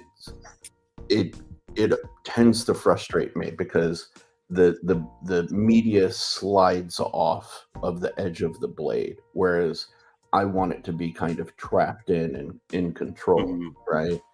I also learned like I'm not the biggest fan of Warncliffes or sheep's foot, right? But still hasn't stopped me from like owning this guy, and I use this. Like that's why it was within like grasp, But I also don't need to now own every single version of this blade concept that comes out, So I think if people do that, that's also why I knew I would like this, right? Right. Because if you look at the edge profile of it, it's not too different from something like that. Yeah. Which I like. I like that kind of lower blade tip, leaf style kind of blade. So I'm like, I can actually use this and feel comfortable and happy using this, versus if it had a big belly or whatever, right? So as long as you're putting in that kind of like conscious work, I feel you can get towards making that transition into the stuff that is worth your time and your money, because that's really what it comes down to, right? Like, yeah, pretty much. Your cash is a tangible reference of your energy spent. So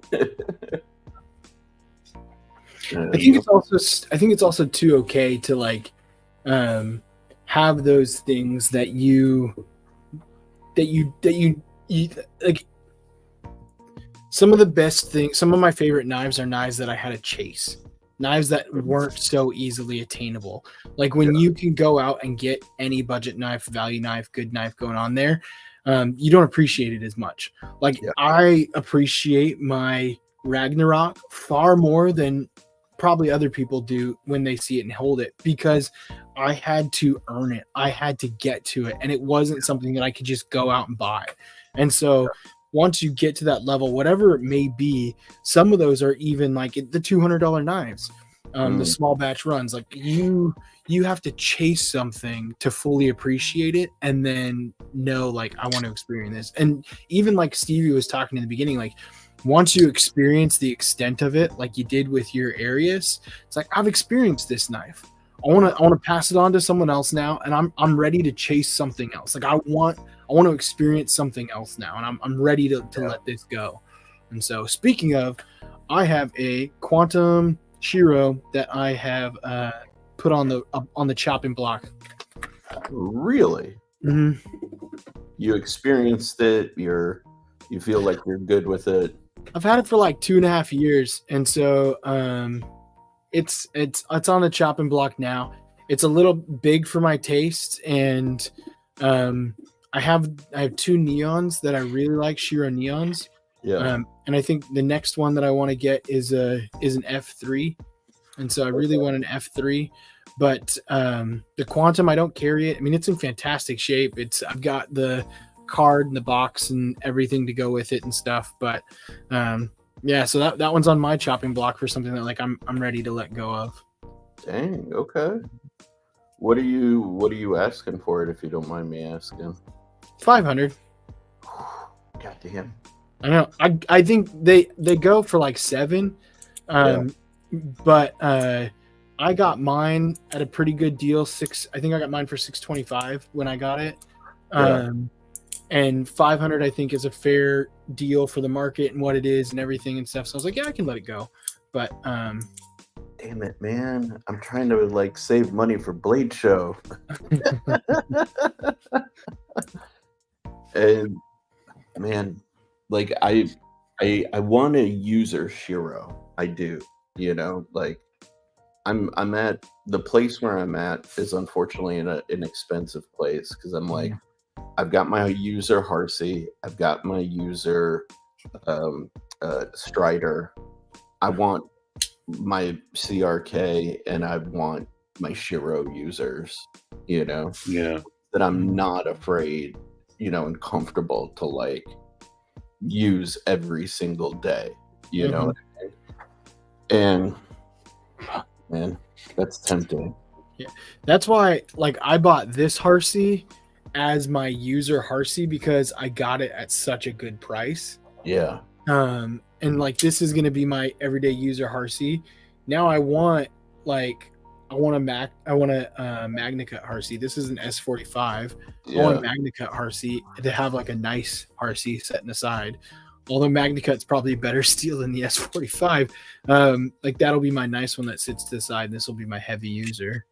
But dude, did you see they did a Black Plague Doctor? Yep. Yeah. Oh. Yeah. Ooh, your boy was like, I have no need for it. I have two.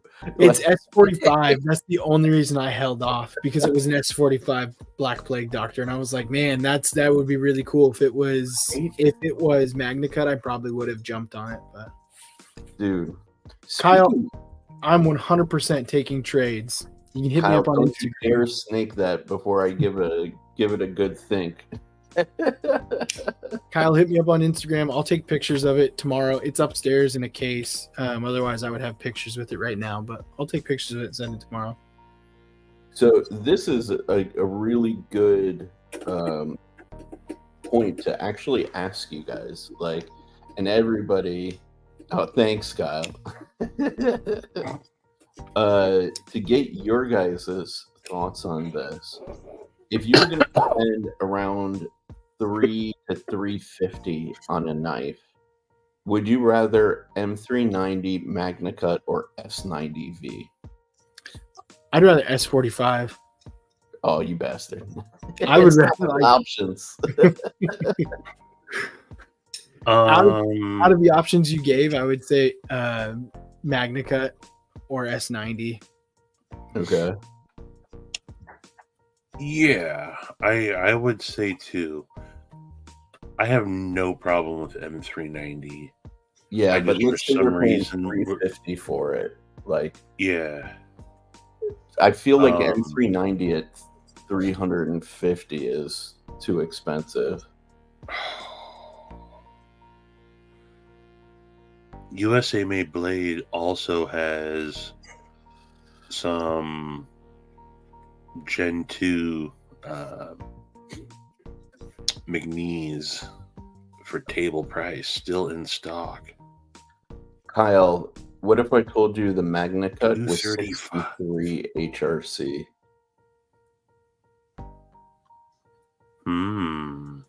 Yeah, so like within the ideal HRC range for MagnaCut.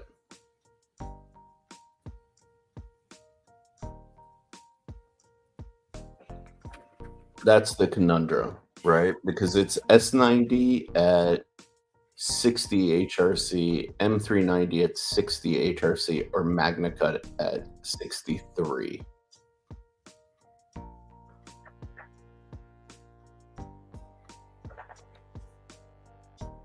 Does that affect your opinions? Would you say MagnaCut at 63? Yeah.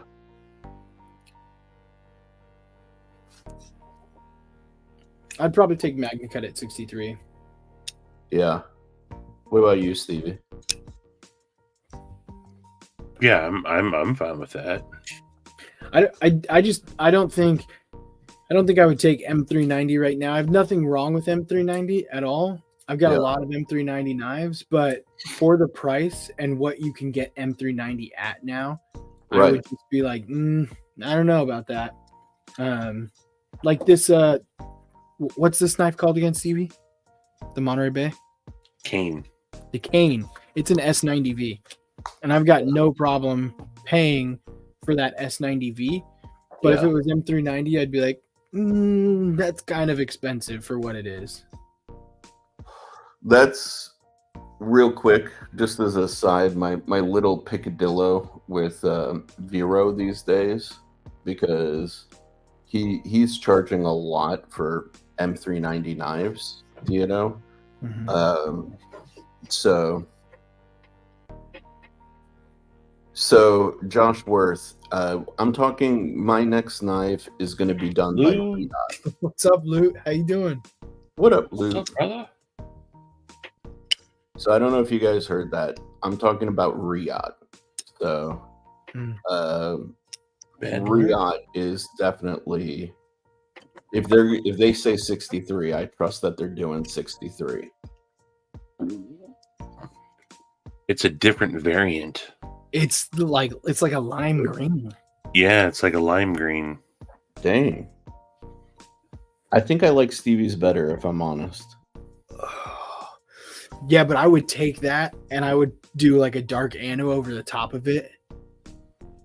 And then it would like pop. Get some really dark, deep color behind it. And then the green would just pop like crazy. US Made Blade has some really good stuff in stock right now. Dude, they're like an hour and a half drive, I think, from me. Oh, look at that. I've been eyeing a Curtis Custom. Yeah. You know, Crispy just picked one of those up. I know. Yeah. I gotta get off this site right now. Will do, Luke. Thank you.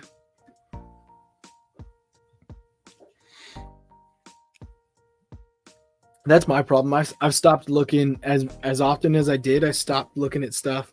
I'm already at 4 knives for the year with this, and that's 4 for the year, and I've only got 2 left. That was another part of the reason why I was like, you know what, I can get rid of this Quantum. I don't carry it. I want something else. And we had that conversation, and my wife was like, so if you get rid of another knife and then pick one up, that's 5. And I was like, no. I'm not spending money, therefore I'm not buying a knife. It's net zero. Exactly. She did not like the loopholes. I will say that. Of course You keep not. coming up with them, man. Mm-hmm. It's because you're only supposed to get 6 knives. You say you only have 2 left, but you've gotten like 12 knives already this year. No, I haven't. I've gotten 4, including that one right there. Exactly. We really need to align on this messaging because she will go back and rewatch this live. Yeah, allegedly. And I was We just need to joking. come together real quick. 4 knives with the one I'm getting from Steve. Also, go back, rewind just a couple seconds. Look how serious he got there for a second, too. No.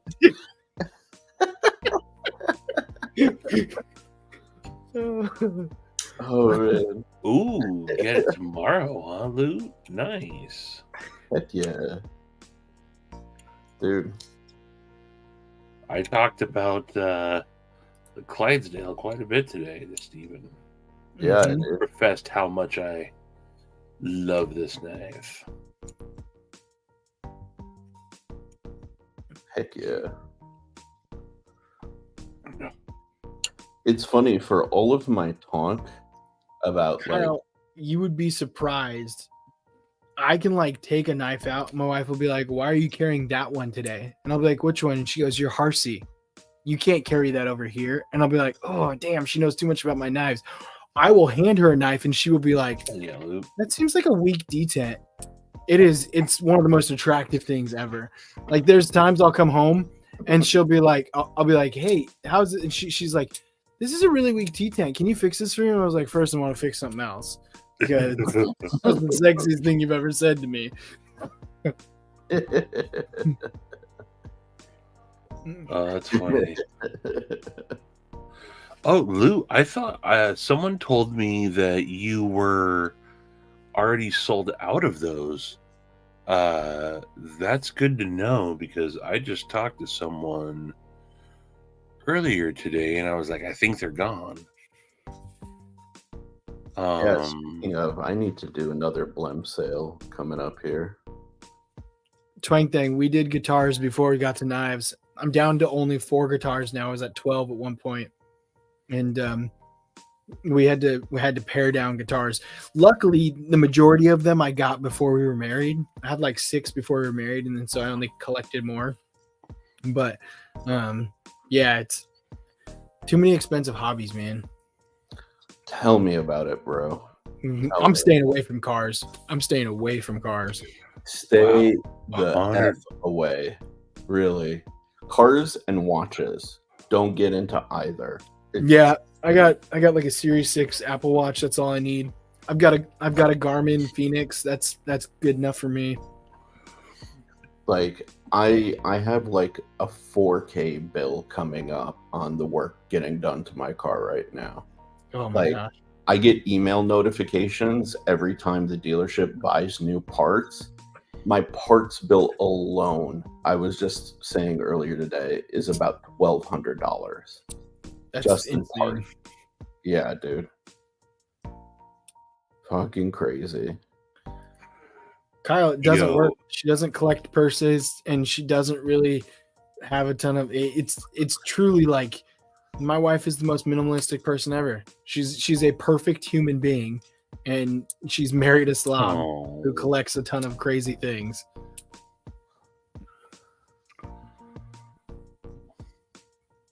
$63 sounds great. 63 what? 63 HRC. Oh, HRC. Okay. Josh is behind again. Yeah. Dang, Lute's got Blem Clydesdale for $100 right now. That's I gotta say, that's awesome. That's a wicked deal. Yeah, that is a crazy deal. Yo, Lute, we gotta talk though, bro. I need me a 3X T. How do I get me a 3X New Breed t-shirt? I can't. I'm too far off from 2X. Shout out New Breed EDC. Hell yeah.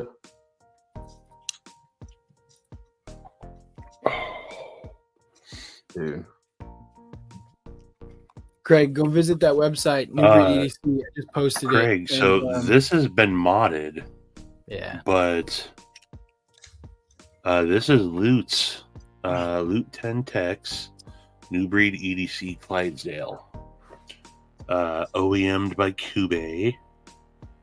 And you got a nice modified Warncliffe blade with a nice long aperture there. Inset steel liner lock.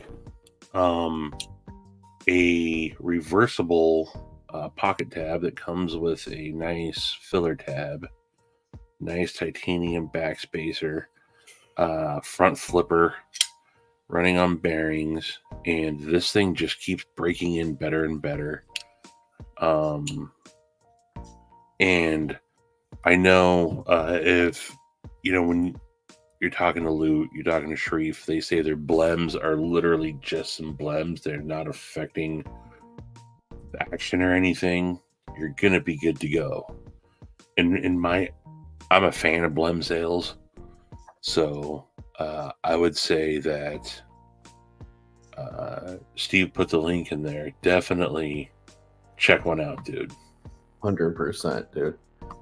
Titanium 14C. $100. I didn't think I mentioned the blade steel 14C. Yeah. This thing has its ergos are perfect. Really is. I'm not just saying this because Lute's here. This is legit one of my go-to knives at this point. when I'm not carrying it, it's sitting on my garage workbench, and that's where most of my use comes from, is when I'm in my garage doing stuff. And this is I don't even put it away.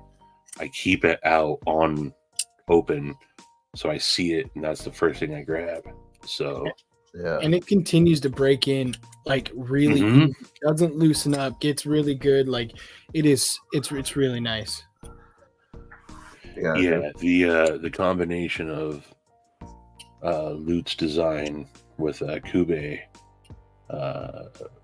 production, man, really good. I don't think I've heard a single person ever say that they're like unhappy with it, that it doesn't get better with time. Like literally, it's one of those knives that's just been fucking perfect from the word go for like everybody, you know. So yeah, dude. Mm-hmm. If that's up your alley, go pick one up, because $100, dude. That's a hell of a price. Mm-hmm. There has not been an unsatisfied customer. Yeah, shout out to Loot, man. Yeah, but that's Chef Rocky. Rocky didn't like it? Really? He said it's too strong? Oh, come on, Rocky. Yeah, does Rocky have like little girly fingers then? No, that's the thing. Is Rocky just trying to be that one guy? Maybe.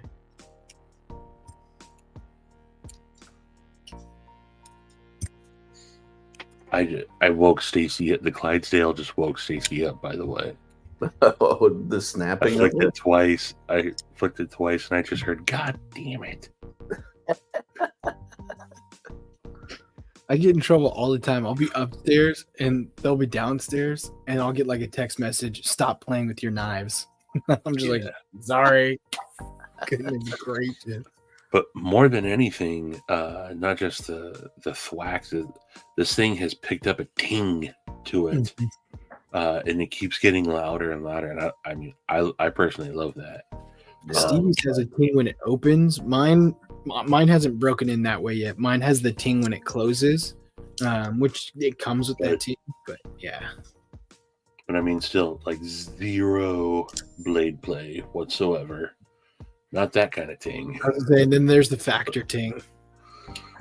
Oh, sorry. When you started talking about fidgeting with it, or like, I just had to grab this thing. But dude, yeah, it's not a single person I've ever talked to has anything but positive things to say about that knife, and that's rare. Definitely can stuff it. I'm getting asked to shut it down. Now I'm talking too loud, apparently. I was gonna say we're at 11:48. I got 12 minutes till midnight, and I'm gonna head upstairs and this went by fast. It did. It got late fast too. But I'm gonna probably call it here as well. But want to say thank you to everybody for hanging out. If you haven't seen the scrambling videos, go check out the scrambling videos from Stevie and myself from earlier today. I can't speak for Stevie, but I'm gonna let you know there'll probably be more scrambling videos from the two. There will be. Yeah, there'll be more scrambling videos from the two of us coming. It was definitely fun, and there are plenty of other places to go. Had a blast. And y'all seem to really enjoy the kind of, it was very much a Rocky and Bullwinkle out there. Yeah. So yeah. Absolutely. Until next time, though. Deuces. Good night, everybody.